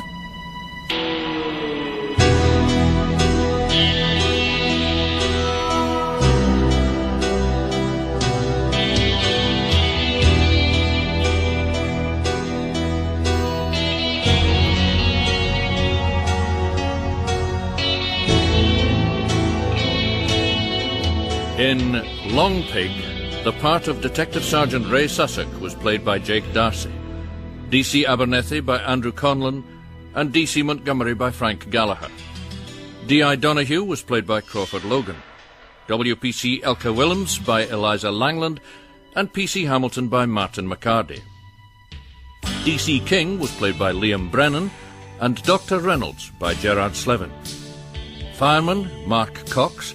Station Officer, Gilbert Martin. Barnaby, Simon Christie. Mrs. McCabe, Anne Downey. Annette, Sandra McNeely, and Sadie was played by Donalda Samuel. Long Pig was written by Peter Turnbull, dramatised by Stephen Mulrine, and recorded on location in Glasgow and in our studios in Edinburgh. The director was Hamish Wilson.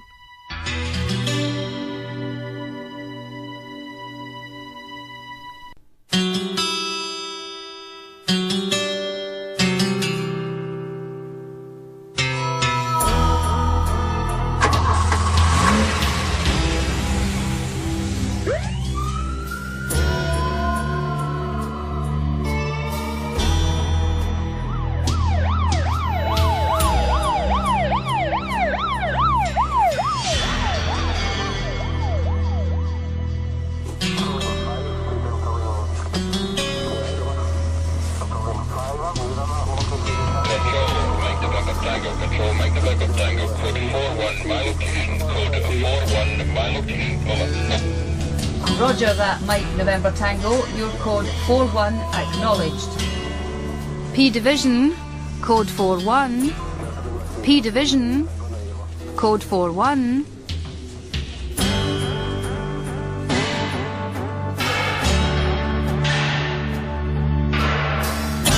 Torchman by Peter Turnbull. Dramatised by Stephen Mulrine.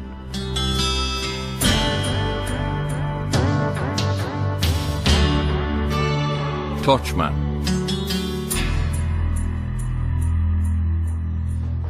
Hello, good morning. I'm Detective Inspector Donahue. You have a fire victim, I believe, brought in a short while ago. Oh, yes. There's another police officer already here. Or at least he was here. Oh, that's fine, thanks. Yes, I see him. Abernethy. Oh, good morning, sir. I didn't expect to see you. I mean... Not at this time, is that it? I'd half forgotten this hour existed. Well, I wouldn't mind if they scrapped it all together, to be honest. Is that everything wrapped up with the Sadie French investigation now, sir? Well, we're charging her with murder, yes. One only. I think she feels she's won a moral victory. So what'll happen to her? Oh, well, I don't know. It's one of those cases I'm glad I'm not the judge or jury. I think there'll be a lot of sympathy for her motive, what that animal did to her kid brother. But keeping him alive for 2 days before dousing him with petrol, well, there's got to be some doubt about her sanity. Possibly manslaughter on the grounds of diminished responsibility. About 10 years, you think, sir? Yep. And out and about half that time with good behaviour. Well, it's not as if she's a risk to the public now. I suppose not. Meanwhile... This one's a 77, sir. That's all they can tell us at present. Abernethy, I am tired. Sorry, sir. I've been learning A&E speak. The first digit is reason for admission. Second digit is for leaving the department. 7 is the code number for thermal injuries, and the second 7 means they've died in the department, without going elsewhere in the hospital. So he was alive when they brought him in? Yes, sir. The team actually worked flat out on him for 2 hours. I think the fact they'd heard he was a torchman victim made them even more determined, if that's possible. A younger person might have had more will to live, they reckon, but... You were with them? Yes, sir. Yes. A code 77 for the GRI, but a code 41 for us. It's still murder. Abernethy, are you feeling all right? Yes, sir. Actually, I'm trying not to think about it. The jargon sort of helps. That's 2 in as many shifts. Thermal injuries. I wouldn't want to go like that. Few of us do, son, thank God. So Dr. Reynolds will look at him in due course. Meanwhile, what do we know about him? Well, not much, sir. Elderly male, believed to be of Kilbury Street, Garangad. Another East Ender. And an old man, you see? Yes, sir. About the same age as my father. Lived on his own. Anyway, the locus is cordoned off. Scene of crimes are there. So's fingerprints. Mr. Bothwell wasn't too happy at being called out at this hour, but he came. Good. He'll do a good job. If there's a latent anywhere that's foreign to the locus, Bothwell will find it. I'm sorry, sir. The entire hospital's a smoke-free zone. Even the nurses have to go outside for a fag. Habit. Can't think without a pipe going. I wonder if I should drive out to the locus. Are you sure, sir? It's after 3:30 and you have a long drive to Edinburgh. If you don't mind me saying, I once had the experience of nearly nodding off at the wheel. On the M8 as it happened. No, I know. No, I'm not even going to attempt that. There's a camp bed being made up in my office. This man has to be caught, Abernethy. Don't let it get to you. He will be caught. This is the 3rd. He's not going to make it 4. Well, it is 4, sir, according to the record. They still think the Sadie French murder was torchman. Yes, of course. I'll have to sort that out. But it can wait. So what's your next move? Well, I've still to take statements from the ambulance crew that brought him in, sir. They had to rush out to a code 2. That's their code, not ours. A self-mutilation somewhere in the West End. Oh, that's the crash team, sir. The CVA coming in. I think we're in the way. OK, Abernethy. Follow on when you can. Aye. It's a sign of getting old right enough. What is? First there was a bus cruise that looked young. Then it was a postman. Now it's a police. You're police, right? How can you tell? Don't need a uniform, you know. It's just that look. It says, I know something you don't know. That's a new one. Aye, that's experience. It's when the CVAs start to look young. You're really getting past it. CVAs? Heart attacks. When I was a wee, I thought heart attacks happened to old men. Maybe they still do. 37's old. 37. Guy we brought in yesterday. 37. Heart attack. Young family. Yeah, there's no justice. You hear about that Code 77? That Torchman guy? You could say. That's one sick individual, pal. We've been at this a long time, me and the mate. I tell you, we were shaken up by that, Ian. I can well believe it. Aye. And then straight out to the next horror story. Some woman cuts herself up, because her boyfriend's walked out on her. Suicide. Solves everything, you know. Like you can cure your sprained wrist by amputating your arm. I've never thought of it like that. He's self-inflicted scheme with a pip. I mean, if there'd been a pilot, mate, I'd give her a needle and thread and let her go on with it personally. But she'd made a really good job. Both wrists. It's all cost consciousness these days as well. You see these blankets? Hundreds of quid's worth of new blankets. Issued to us this morning. Even smell new. And you know what I'm going to do with them? Tell me. Burn them. Put them in black bin liners. Seal them in. And then burn them. It's the HIV panic. That one had track marks up her arm. She's spilling blood. And that's all it takes. All these blankets will need to be replaced. Plus a vehicle gets disinfected. All that money. And all that ambulance time just because one druggie walks out in another. Looks like you had a tough night. Nah. Normal, I'd say. These days anyway. All the cushy bits of the service have been privatised. Of course, all the nice wee escort jobs. So we see the police. In uniform, out of uniform.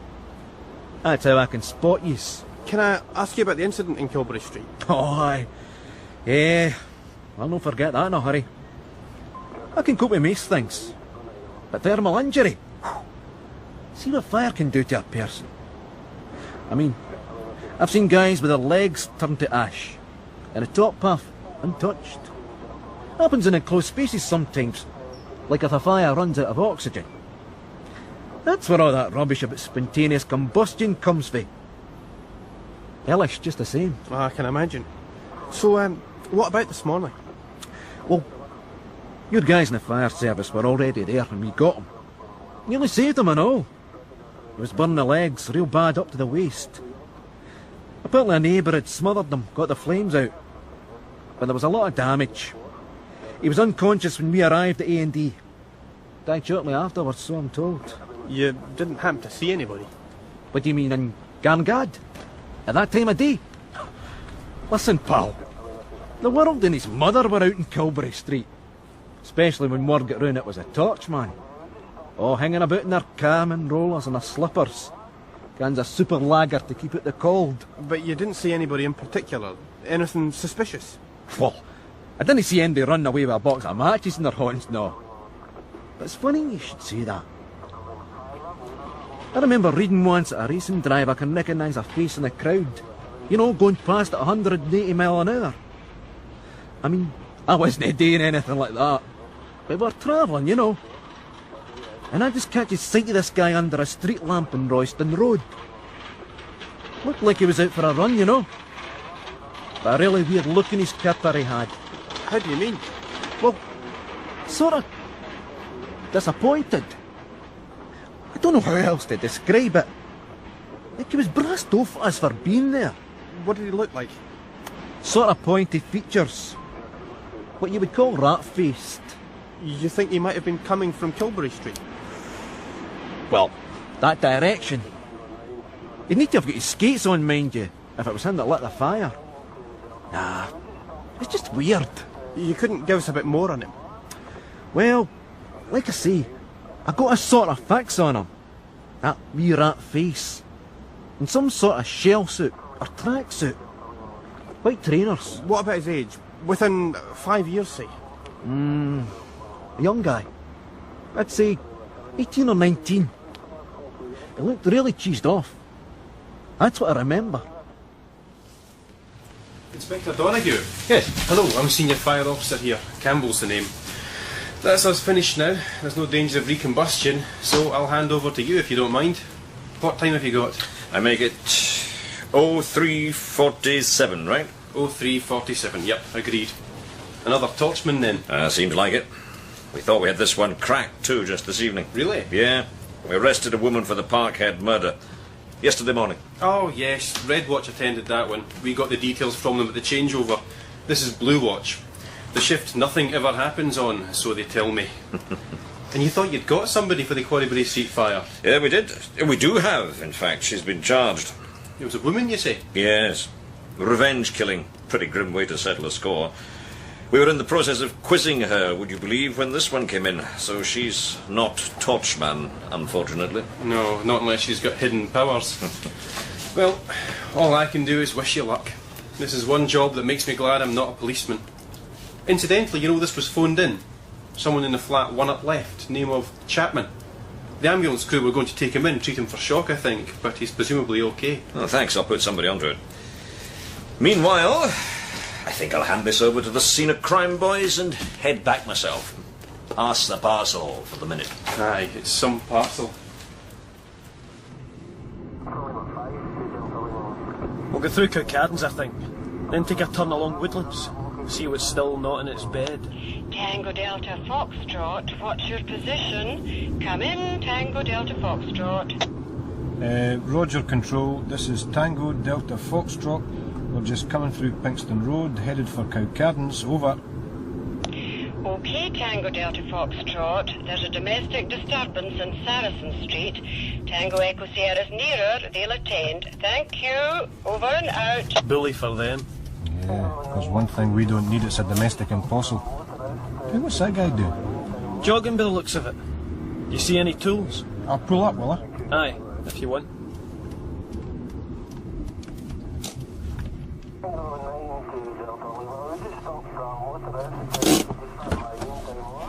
Morning, sir. Hey, hey! Hang on, just a word. Right, what can I do for you? Do you mind telling me where you're going? I mean, you're out for a run, obviously, but it's a funny time. Well, yeah, I'm on my way home, the return leg.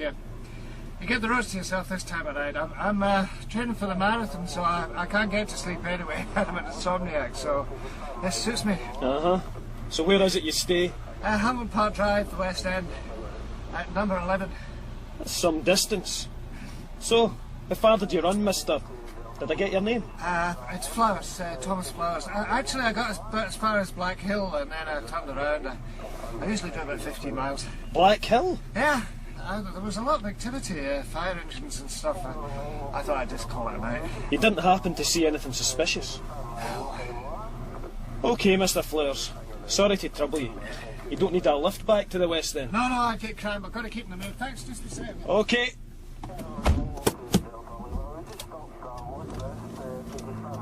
Nothing suspicious in Black Hill. Guy must jog with his eyes shut. Phil, are you happy to leave it like that? I mean, I know I'm new to this beat, but technically he is running away from the locust. Are you serious? Well, I don't know. If you were training for the marathon in this city, would you run west to east? I mean, that's an expensive pair of trainers. He'd be going back home in his bare feet. Assuming he could still walk. Yeah, I think I'd head out to Great Western Road if it was me. Yeah, well, in a sense, it is me. See, I'm training for the marathon, did you know that? And the training programme's very structured, I can tell you. You don't start doing 10 to 15 miles regularly till a couple of weeks before the event itself. And this is November. Yeah? So, the Glasgow Marathon isn't till early summer. Something's rotten in the state of Denmark. Nah, too complicated. It's probably just a straightforward nutter. I mean, a marathon runner. All that pavement pounding. You know what it's supposed to do to your brains? Hey, watch it, Hamilton.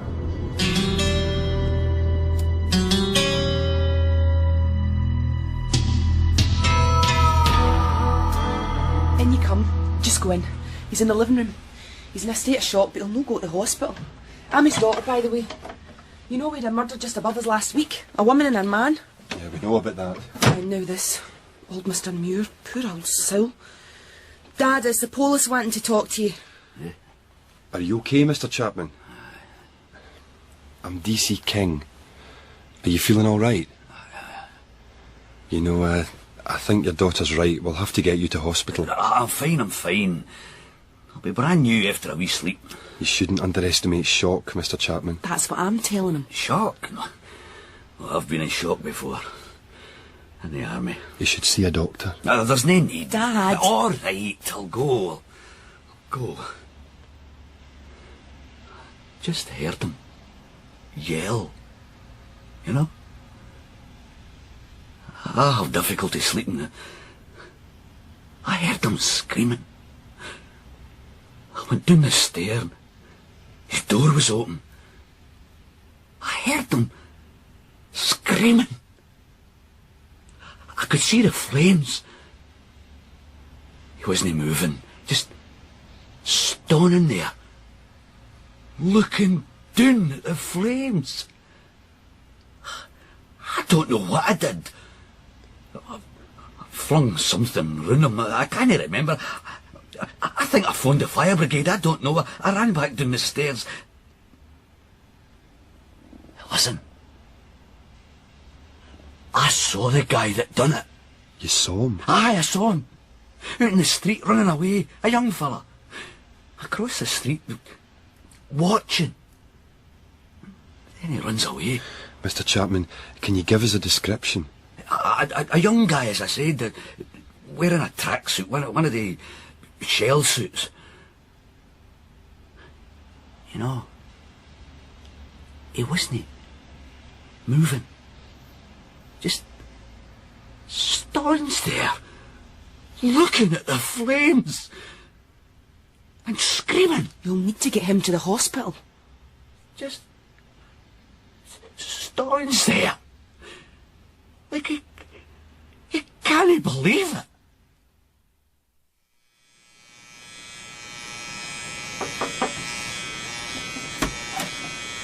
Morning, Ray.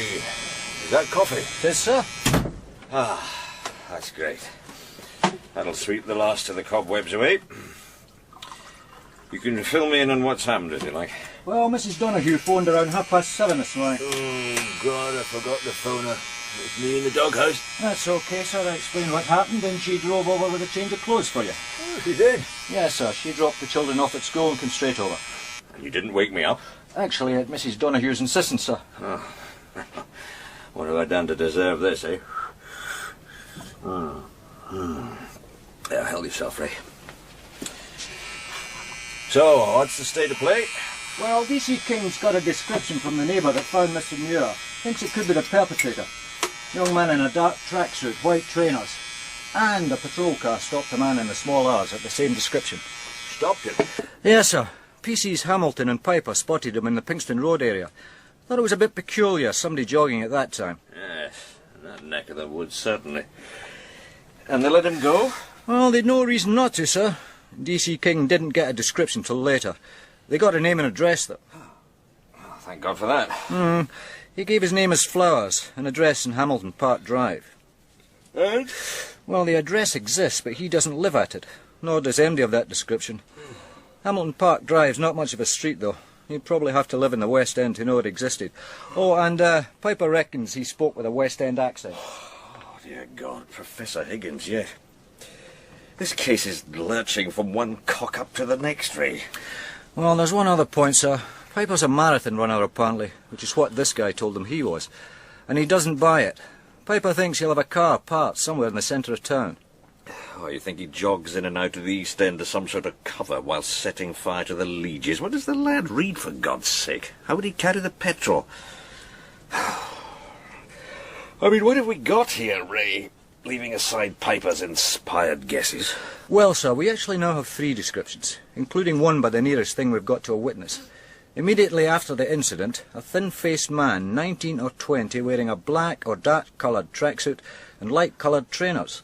And Tango Delta Foxtrot pulled this man up, just past Royston Road, within moderate running distance of the locus, and got a false address for the pains. I mean, we've gone further and less, sir. Oh, well, maybe you're right, Ray. It strikes me that maybe Mr. Flowers gave us his own name. It's hardly your classic A.K.A. Right. Get Montgomery in early, put him onto the car. You know the drill, check with DVLC. Any vehicle registered to that name, age 17 to 24, say, in the west of Scotland. Oh, and I think we want to talk to an ologist on this one. An ologist? Ray, unless they've renamed Berlini, there are now 3 universities in this town, and where else would you go for a psychological profile? See if you can get me an appointment with somebody from Strathclyde or Glasgow this afternoon, if possible. Fax them everything we've got into the Torchman murders. Get them up to speed before I speak to them, OK? Oh, and call in Montgomery now, if you can find him. I know he's on the back shift, but we need the manpower.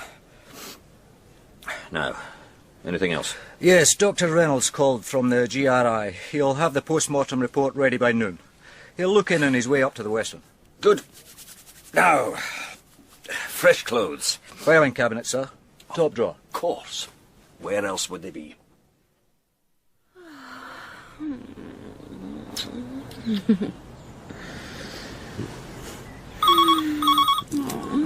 God. Malcolm, what are you doing? Montgomery? Ah, it's you, Sarge. You should have left the answer phone on. No, just idly conversing, global warming, the recession bottoming out, stuff like that. You'll get this thing. Oh, I'll have to get out this sack. No, it's okay, Sarge. Just juggling 2 conversations. Yeah. You know I'm on back shift. Yeah? It wants me... What? Oh, well, if that's what the DI says, who am I to argue? What's the flat this time? Torchman. Jesus. Right, I'll be there. Give me an hour. All right, half an hour. OK, Sarge. Oh, Malcolm, for God's sake. Sorry, pet, gotta go. Oh, whatever happened to the long, slow descent, eh? Malcolm? Well, you're early. What happened? Did her husband have the day off? Oh, very funny. Donohue's pulled me in to chase up some non-existent licence plate. Look on the bright side, Malcolm. If it exists, you'll be a hero. Yeah, for all the 10 seconds. Anyway. Oh, you're used to chirpy. You cracked it all on your own, eh? Hey, listen, you want to get some typing lessons. That's pitiful. What is that, anyway? Torchman 3, I presume? It's a report. I'm working up some stuff that's coming from scene of crimes. You up to speed in this yet? Yeah. Kilbury Street, same victim profile, same MO. That's as much as I know. Well, wait till you hear this. They found the container that was used for the petrol. A screw-top iron brew bottle, would you believe? Yeah, I believe. So what? Hold on. The bottle was found at the bottom of the victim's hall cupboard, where it had obviously been put back, was covered in dust. And a clean patch on the floor where it had been standing before this Torchman guy used it. Abernethy, what's this leading up to, eh? Well, just this.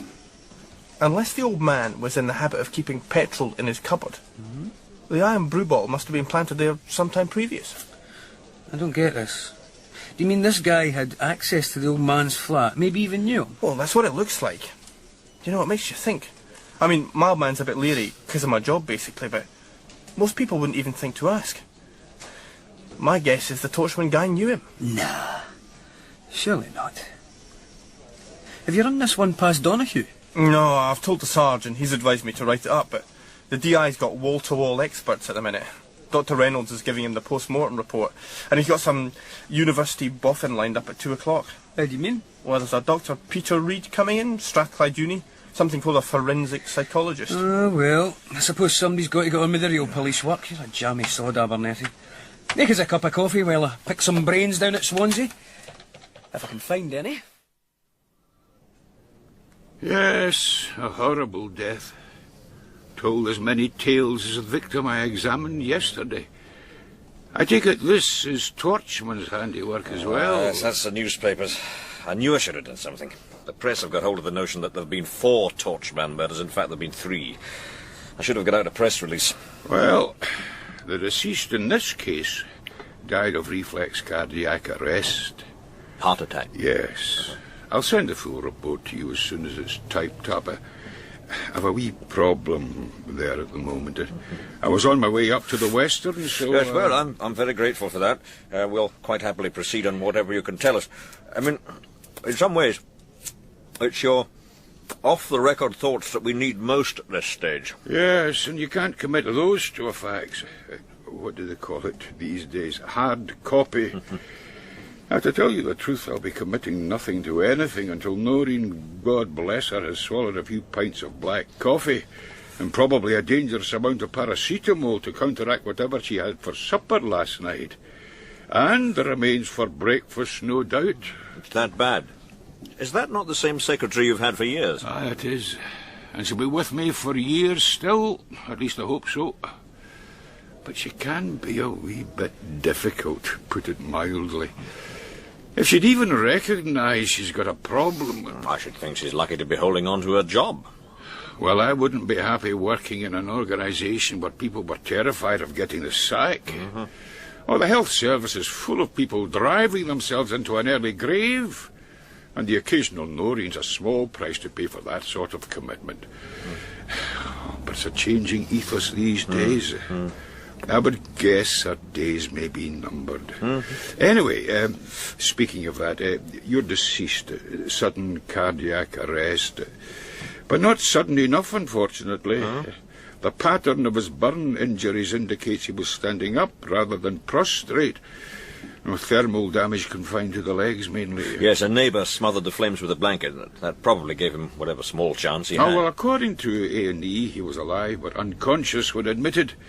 And they injected him with morphine to kill the pain. And paradoxically, that may have been what killed him. You need a fairly strong constitution to withstand anaesthetic. It's surprising, actually. I can remember myself fainting in a dentist's chair when I was a student. With a lot more resources than this poor chap. Mind you, I had no breakfast, not even Noreen's kind. And when the dentist stuck the local in my gum, I went out like the proverbial penny candle. That would have been embarrassing, I should think. Oh, a medical student? Oh, you can bet it was. But it illustrates the risk, I think. Anyway, I'm not blaming A&D. It was a defensible decision under the circumstances, but it brought on his death. The bones of his right arm were broken in 2 places also. Oh, well, presumably he put up a fight, tried to shield himself. I would think so. There's bruising on the right forearm, which would be consistent with a struggle. And he sustained a heavy blow to the skull, something like a metal bar, perhaps. Yet my guess is that his attacker knocked him to the ground, poured the accelerant onto his leg, set it alight, and made his escape. The deceased must have got to his feet, and then the neighbour you mentioned appeared on the scene and smothered the flames. I can understand the poor man standing up, but it's the worst thing he could have done. It takes real presence of mind to do the obvious thing, which is to throw yourself flat on the ground and keep rolling over. People on fire tend to lose their presence of mind. Oh, I can believe it. So, Dr. Reynolds, anything else we should know? Yes. The deceased left a present for us. He seems to have been in close enough contact with his assailant to have drawn blood. And a few hairs. Scalp hairs, light brown, mousy, I would say. And blood group O. I've sent a sample off for DNA profiling, which might be useful once you have a suspect. Oh, indeed. And let's just hope that's before we have another victim.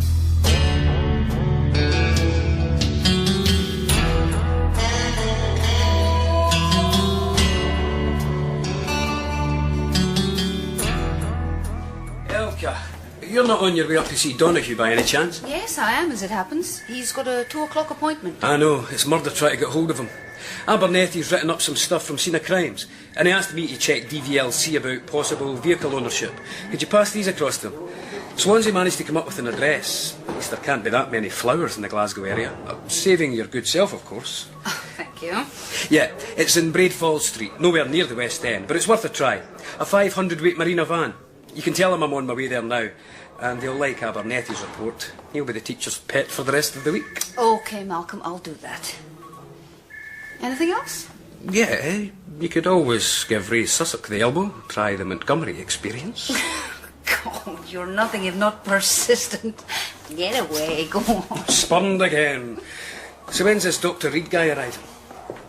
Arrived, actually. That's Dr. Peter Reed signing in at the desk behind you. Huh? You're kidding. Does Donahue know? Nope. And you're not going to tell him? Nope. Oh, I've got used to it over the years. It's Peter. P-E-T-A. Actually, it puts people off their guard, which can be quite useful. Well, I hope my jaw didn't drop too obviously, Doctor. Now, I'm very grateful for your offer of help. This is a real psychopath we're dealing with, I'm afraid. Well, I don't think we're using that term any longer. The concept now is one of moral insanity. Moral insanity? It's the same animal with a different name. It used to be psychopath, but that eventually had to be rooted out because it implied psychiatric illness, which isn't always the case. And that was replaced by sociopath, another American term. But that seems not to carry enough weight, so even as we speak, it's being replaced by moral insanity. Uh-huh.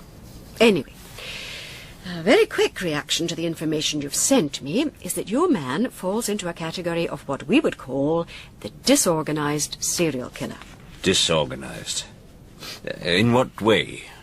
Well, an organized serial killer would have abducted the victim, held him or her captive for a period of time, engaged in torture or sexual abuse, and then disposed of the body, most likely well away from the scene of the actual murder.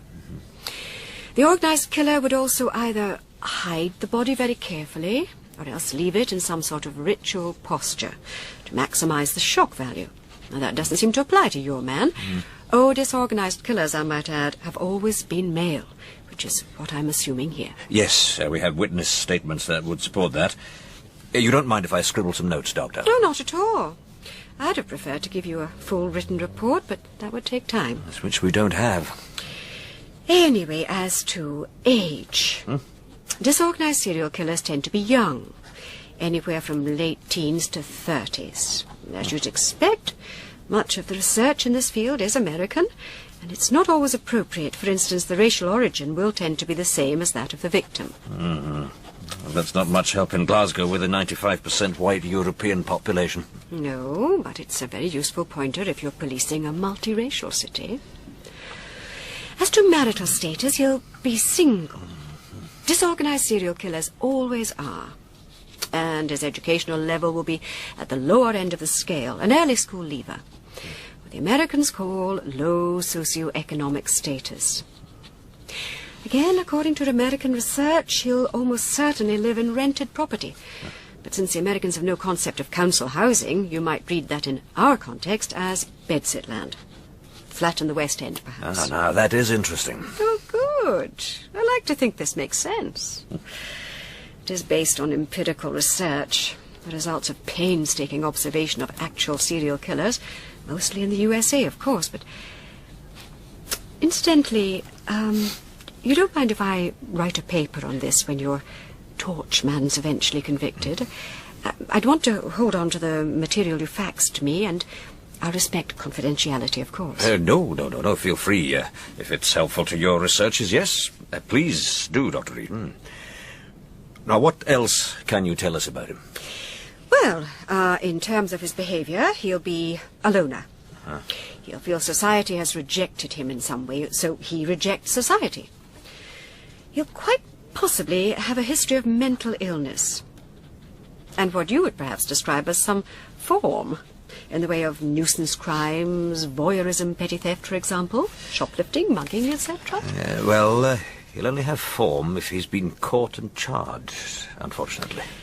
He may also have some physical inadequacy, or at least he's likely to be below average height, and thin rather than tall and well-built. And he'll almost certainly be sexually inexperienced. Very much a night person, nocturnal habits. The American publications also commonly refer to lower birth status, which basically means that he was an unwanted child, probably unloved as well. Yes. You know, I sometimes think it's the parents we should be putting in front of the courts. That's not a particularly original thought, I dare say. No, but statistics bear that out, I'm afraid. Your man will most likely have had a poor relationship with his father, subject to very harsh, inconsistent discipline, if not systematic abuse. He'll be dry, or at most an infrequent user of alcohol. Oh? Oh, yes. Serial killers don't drink. Well, you know what they say. Quite. I'm not sure if I believe it. Other points, well, he'll take very little interest in current affairs, the world around him, though he may well be obsessed by some historical event or other. Oh, and he's also likely to keep a pet animal.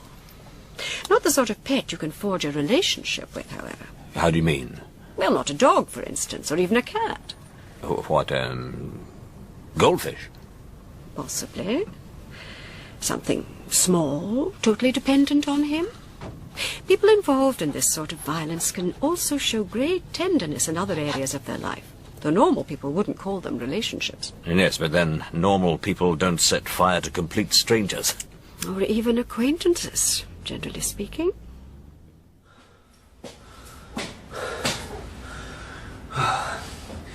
It's just got to be the top flat, of course. Sod's law. No name. Yep, par for the course. And no bail. What else? God almighty. Come on.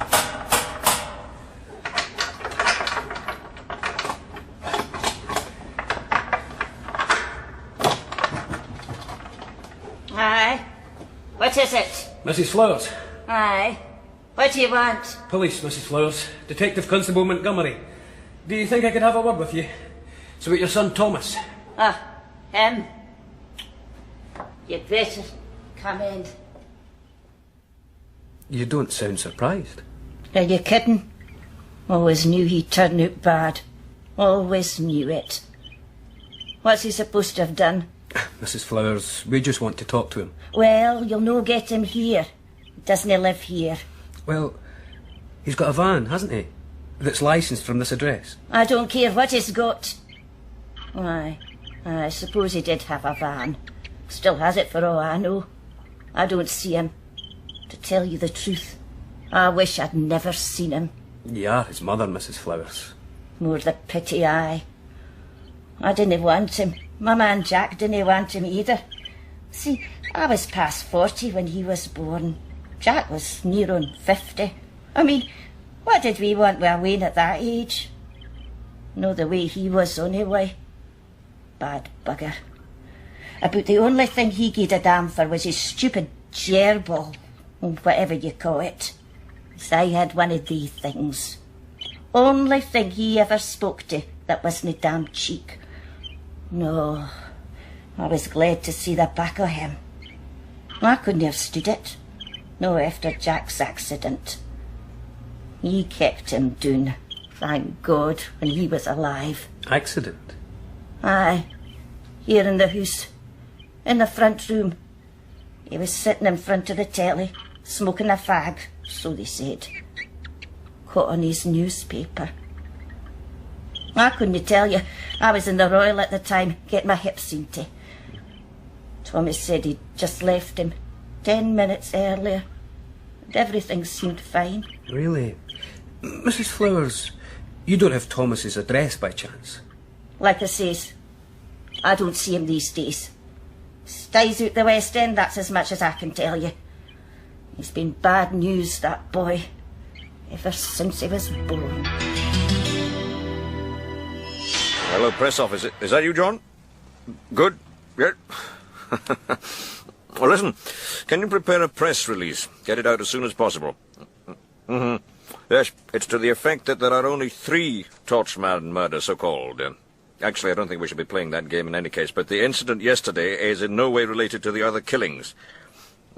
Yes, Quarry Bray Street. Yeah, just say that we have arrested and charged someone for that murder. Yes, come in, Ray, come in. All right, John, got that? Good, thank you. Have a seat, Ray. Thank you, sir. Yes, lad Abernethy's done a good job on this, don't you think? What do you make of this iron brew bottle? Do you agree with him? You reckon it was in the house, already filled with petrol, more or less planted there? Yes, sir, it does seem unlikely that this torchman would just find it by accident in a whole cupboard, or that he would turn up at Muir's house without the petrol. And it's not the sort of thing he would carry around jogging through the streets. I think Abernethy's theory offers the best explanation given the circumstances. I've been checking around some of the beat cops, and we've now got a few reported sightings of Mr. Flowers in his nighttime runs, stretching back at least the past couple of months. The East End only, though. I suppose you might call that some sort of cover activity. Lets him get in and out very obviously, and legitimately. To be honest, sir, I'm not surprised he's been noticed. I mean, that's bandit country. I'd want more than a fast pair of trainers myself, plus about 30 years, of course. Don't you mean minus? Aye, wouldn't we all? Anyway, Ray, the point is, did he plant the accelerant at all 3 houses? The fire did too much damage at the other 2, I suppose, to have left that kind of evidence. The other thing I was thinking, sir, the victims were all elderly men in the East End. If he could get access to their flats, maybe they're connected in some way. Sir? Is DC Montgomery back yet? No, sir. He's out at that address in Braidfold Street. The vehicle check. And Abernethy's just about to go off shift. Yes, sir. I've told him to catch up on his sleep, but he's very anxious to be part of it when this one cracks. Which he certainly deserves. No, let him go. We'll bell him if anything's going down. DC King's just come in. He's available. No, on second thoughts, Ray, I'd like Elka Willems to chase this one up. I'm feeling a bit guilt-ridden after Dr. Peter Reed, I suppose you've heard. Yes, I did hear something. Yes. OK, Ray. You brief WPC Willems on what you've told me, Abernethy's report, and your own brainwave about a connecting link. And see what a computer search I'll throw up. I think we need a bit of keyboard wizardry here. There you go, fat man. That's the best I can do. Don't want it up too far, let too much air in, but you should be okay here. Yeah, you won't suffocate anyway. And there's fresh water, clean shavings, plenty of nuts and raisins. And that's your new wheel if you want a wee jog. Do you like it? Hey, fat stuff, do you like it? Yeah, they're closing in, fat man. It's the end of an era. It's a real shame, that. 4's multiple, 5 serial, and I'm off the board. Useless, eh? Well, short and sweet, better than long and dreary. I mean, that is useless. Waste of space, waste of a skin. Live long, enjoy, who needs it? Hey, fat man, how'd you like to be famous? They'll take your picture, you know. So you better keep your cage clean, eh? No mess in the sideboard, right? Hey, you listening? Fat man, you'll behave yourself, right? Oh, hey, wee man.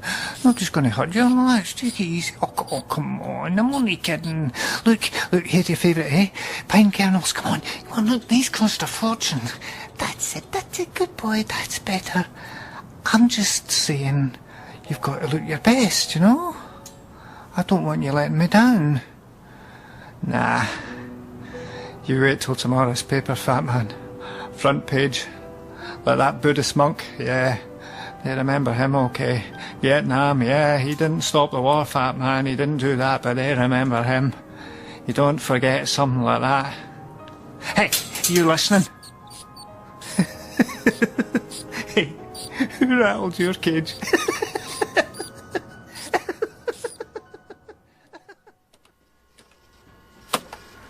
Oh, I suppose I'll come to terms with this stuff someday. Probably the week before I retire. Oh, come on, Ray. It's not that mysterious. No, I know. I mean, Wayne's got IQs and double figures playing level 10 Sonic the Plumber. It's a piece of cake. I know, Elka. That's what depresses me. Well, it's the way of the world, old Sussex. Sonic the Plumber, really. Ah, maybe it's your world. Oh, that's enough. No whinging. Not with a long weekend coming up. With Torchman still on the go? Elka, love, much as I'd appreciate a long weekend, I think at the moment that's one of my less achievable fantasies. I'll make level 10 before that happens. I thought we might make level 10 Saturday morning, maybe. Uh-huh. And who's going to get up and make the breakfast? Oh, Ray. You're so Scottish. Look, take a look at this. This is interesting. Move over. Right, okay. Now, William James Muir. 9 Hilberry Street, Garn, Gad. Reported mugging, theft of wallet and pension book, September 27th. Okay, got that? Yeah, he didn't have much luck, old man Muir, did he? No, and nobody was charged for that one. Now, look at this. Timothy Marshall. Mm-hmm. 221 South Street, Bridgeton. Reported theft of cash, July 18th. Sub-post office. Probably walked outside counting his pension. And nobody charged. Yeah, the dark side of the completion rate. No, wait a minute. Wait a cotton-picking minute, WPC Willems. What about the other one? The first Torchman victim. What's his name? Keegan? Have you got anything on him? No, not so far, but that's got to be worth something, surely. Well, maybe all it's telling us is that an awful lot of old men get mugged in this city, and that we don't always catch the perps. Maybe. But you're looking for somebody who could get access to these old men's houses. What?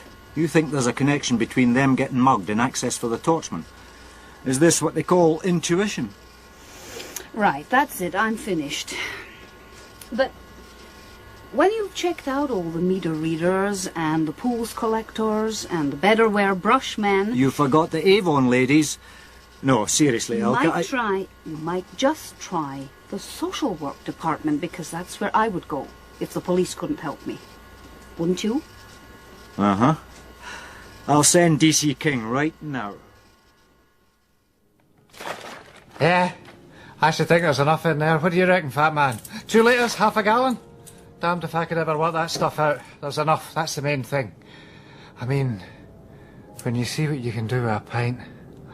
Oh, fat man, you want to have seen it, no kidding. But I'll tell you this, you're not going to miss this one. Ringside seat, you'll love it. Well, it'll be a historic event, won't it? Same as that monk. He just sat there. Didn't he move a muscle? Maybe that's what it does to you, what do you reckon, eh? Nah. It takes something special to just sit like that. And you'd be going crazy round your wheel, wouldn't you? Running your legs off, getting nowhere, eh? Do you want to try it, eh? You hear that? 2 litres. Plenty for both of us. Nah, I wouldn't do that to you, would I? Hey, what did I say about no messing that cage? Oh, come on, fat man, relax, don't worry, you're safe, safe as houses. It's funny to think this is the last building I'll ever be in. This is the last room I'll ever stand up in. Last room I'll ever torch. Torchman, the final frontier. Yeah, here I stand broken-hearted. Yeah, I like that. I think I'll stand rather than sit. That monk sat absolutely still, but that's their culture, isn't it? No chairs in the houses, just mats. The lotus position.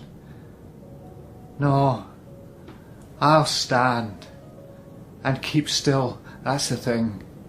Absolutely still. They'll remember me, all right. Yeah. I'll give them nightmares. Eh, fat man? Victim support. Yes, that's one of our areas of responsibility. Can I ask your name, sir? It's a police inquiry. I'm Detective Constable King. Oh. Well, what is it you want to know, Mr. King? I'd like to know, first of all, if you've had a Mr. William Muir on your books at Kilbury Street. I'll just check.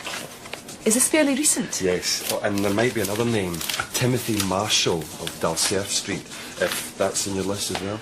Well, Muir certainly is. He was referred to us after he was mugged about 2 months ago. What was the other name again? Marshall, Dalserf Street. Ah, yes, we have a note of him, but I don't think anyone's seen him for a while. No, that'll be because he's dead. I'm sorry?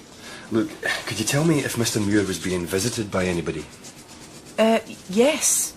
We have a volunteer, a young man. I think he's a student or else unemployed, wanting to do something constructive with his time anyway. Mm-hmm. He's been with us a good few months. He's very personable, particularly good with old people. What's his name? Flowers. Tom Flowers. It's not a common name. His address, please. Well, I'll need to look it up. Well, go on. All right, just give me a minute. I've got it. Thomas Flowers, 19 Hamilton Park Drive. 19? Are you sure it's not 11? Well, 19's what's on the card, Mr. King. God almighty. He took a long time to keel over, that monk in Saigon. I suppose when he lost consciousness. Do you reckon? Hey, fat man, don't go to sleep on me. Let's have a bit of moral support here, right? What were these? For a robe. What do you think? Well, they should be saffron, okay, but I didn't pick them. I'm sick of looking at them, to tell the truth. Well, I won't have to see these again. So, how do I look, fat man? Julius Caesar, what do you think? Well, they'll do the job when the time comes. Yes, as you say, it could be coincidence, but I think we're due some luck. That's good work, Elka. Well done. Thank you, sir. Still can't believe we had him in our hands and let him go. I mean, 10 minutes after the murder. D.I. Donahue. Yes, hello, D.C. King. Yes? Yeah. Are you serious? Right, Richard, make your way straight there, and don't go in until we get there, right? Right? Good. You're never going to believe this, Ray.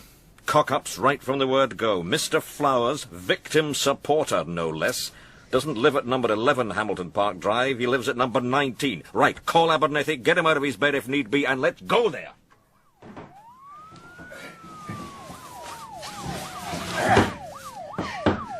Okay, it won't stop them, I know.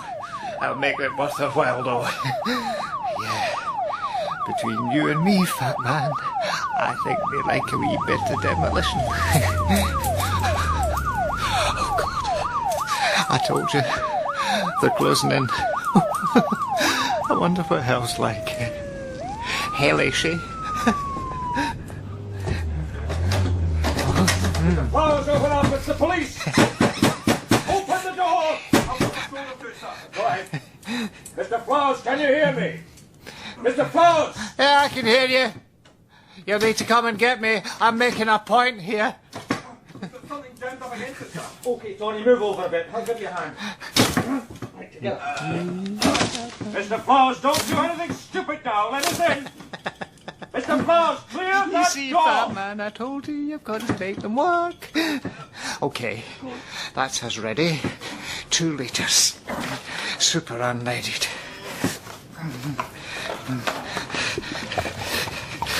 Oh, God, it's cold. Oh, you wouldn't believe it, fat man. Oh, Jesus. It's all right, Mr. Flowers. It's all right. We can sort this out. Now, put the lighter down. Now, don't do anything stupid. Don't come near me. I'm soaked in it. Tom, put the lighter down. Not till you promise me. You'll promise me 2 things. Name them.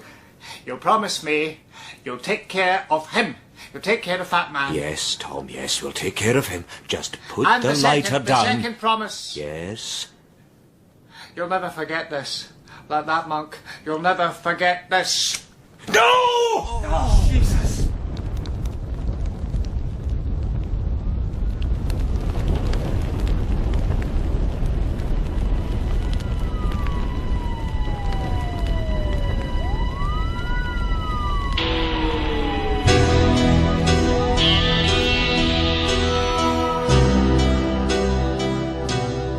In Torchman, the part of Detective Sergeant Ray Sussex was played by Jake Darcy, D.C. Abernethy by Andrew Conlon, and D.C. Montgomery by Frank Gallagher.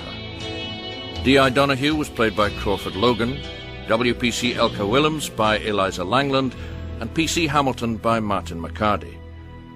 D.C. King was played by Liam Brennan, Dr. Reynolds by Gerard Slevin, and Susan by Rebecca Hawking. Crewman, James Twaddale. Fire Officer, David Goodall. P.C. Piper, Paul Sampson. Dr. Reed, Rose McBain. Flowers, Finlay Welsh. Tina Chapman, Louise Beattie. Chapman, William Armour. And Mrs. Flowers by Kay Galley. Torchman was written by Peter Turnbull, dramatised by Stephen Mulrine, and recorded on location in Glasgow and in our studios in Edinburgh. Technical presentation was by Jim Ross, Lee MacPhail and Anne Dyack. The director was Hamish Wilson.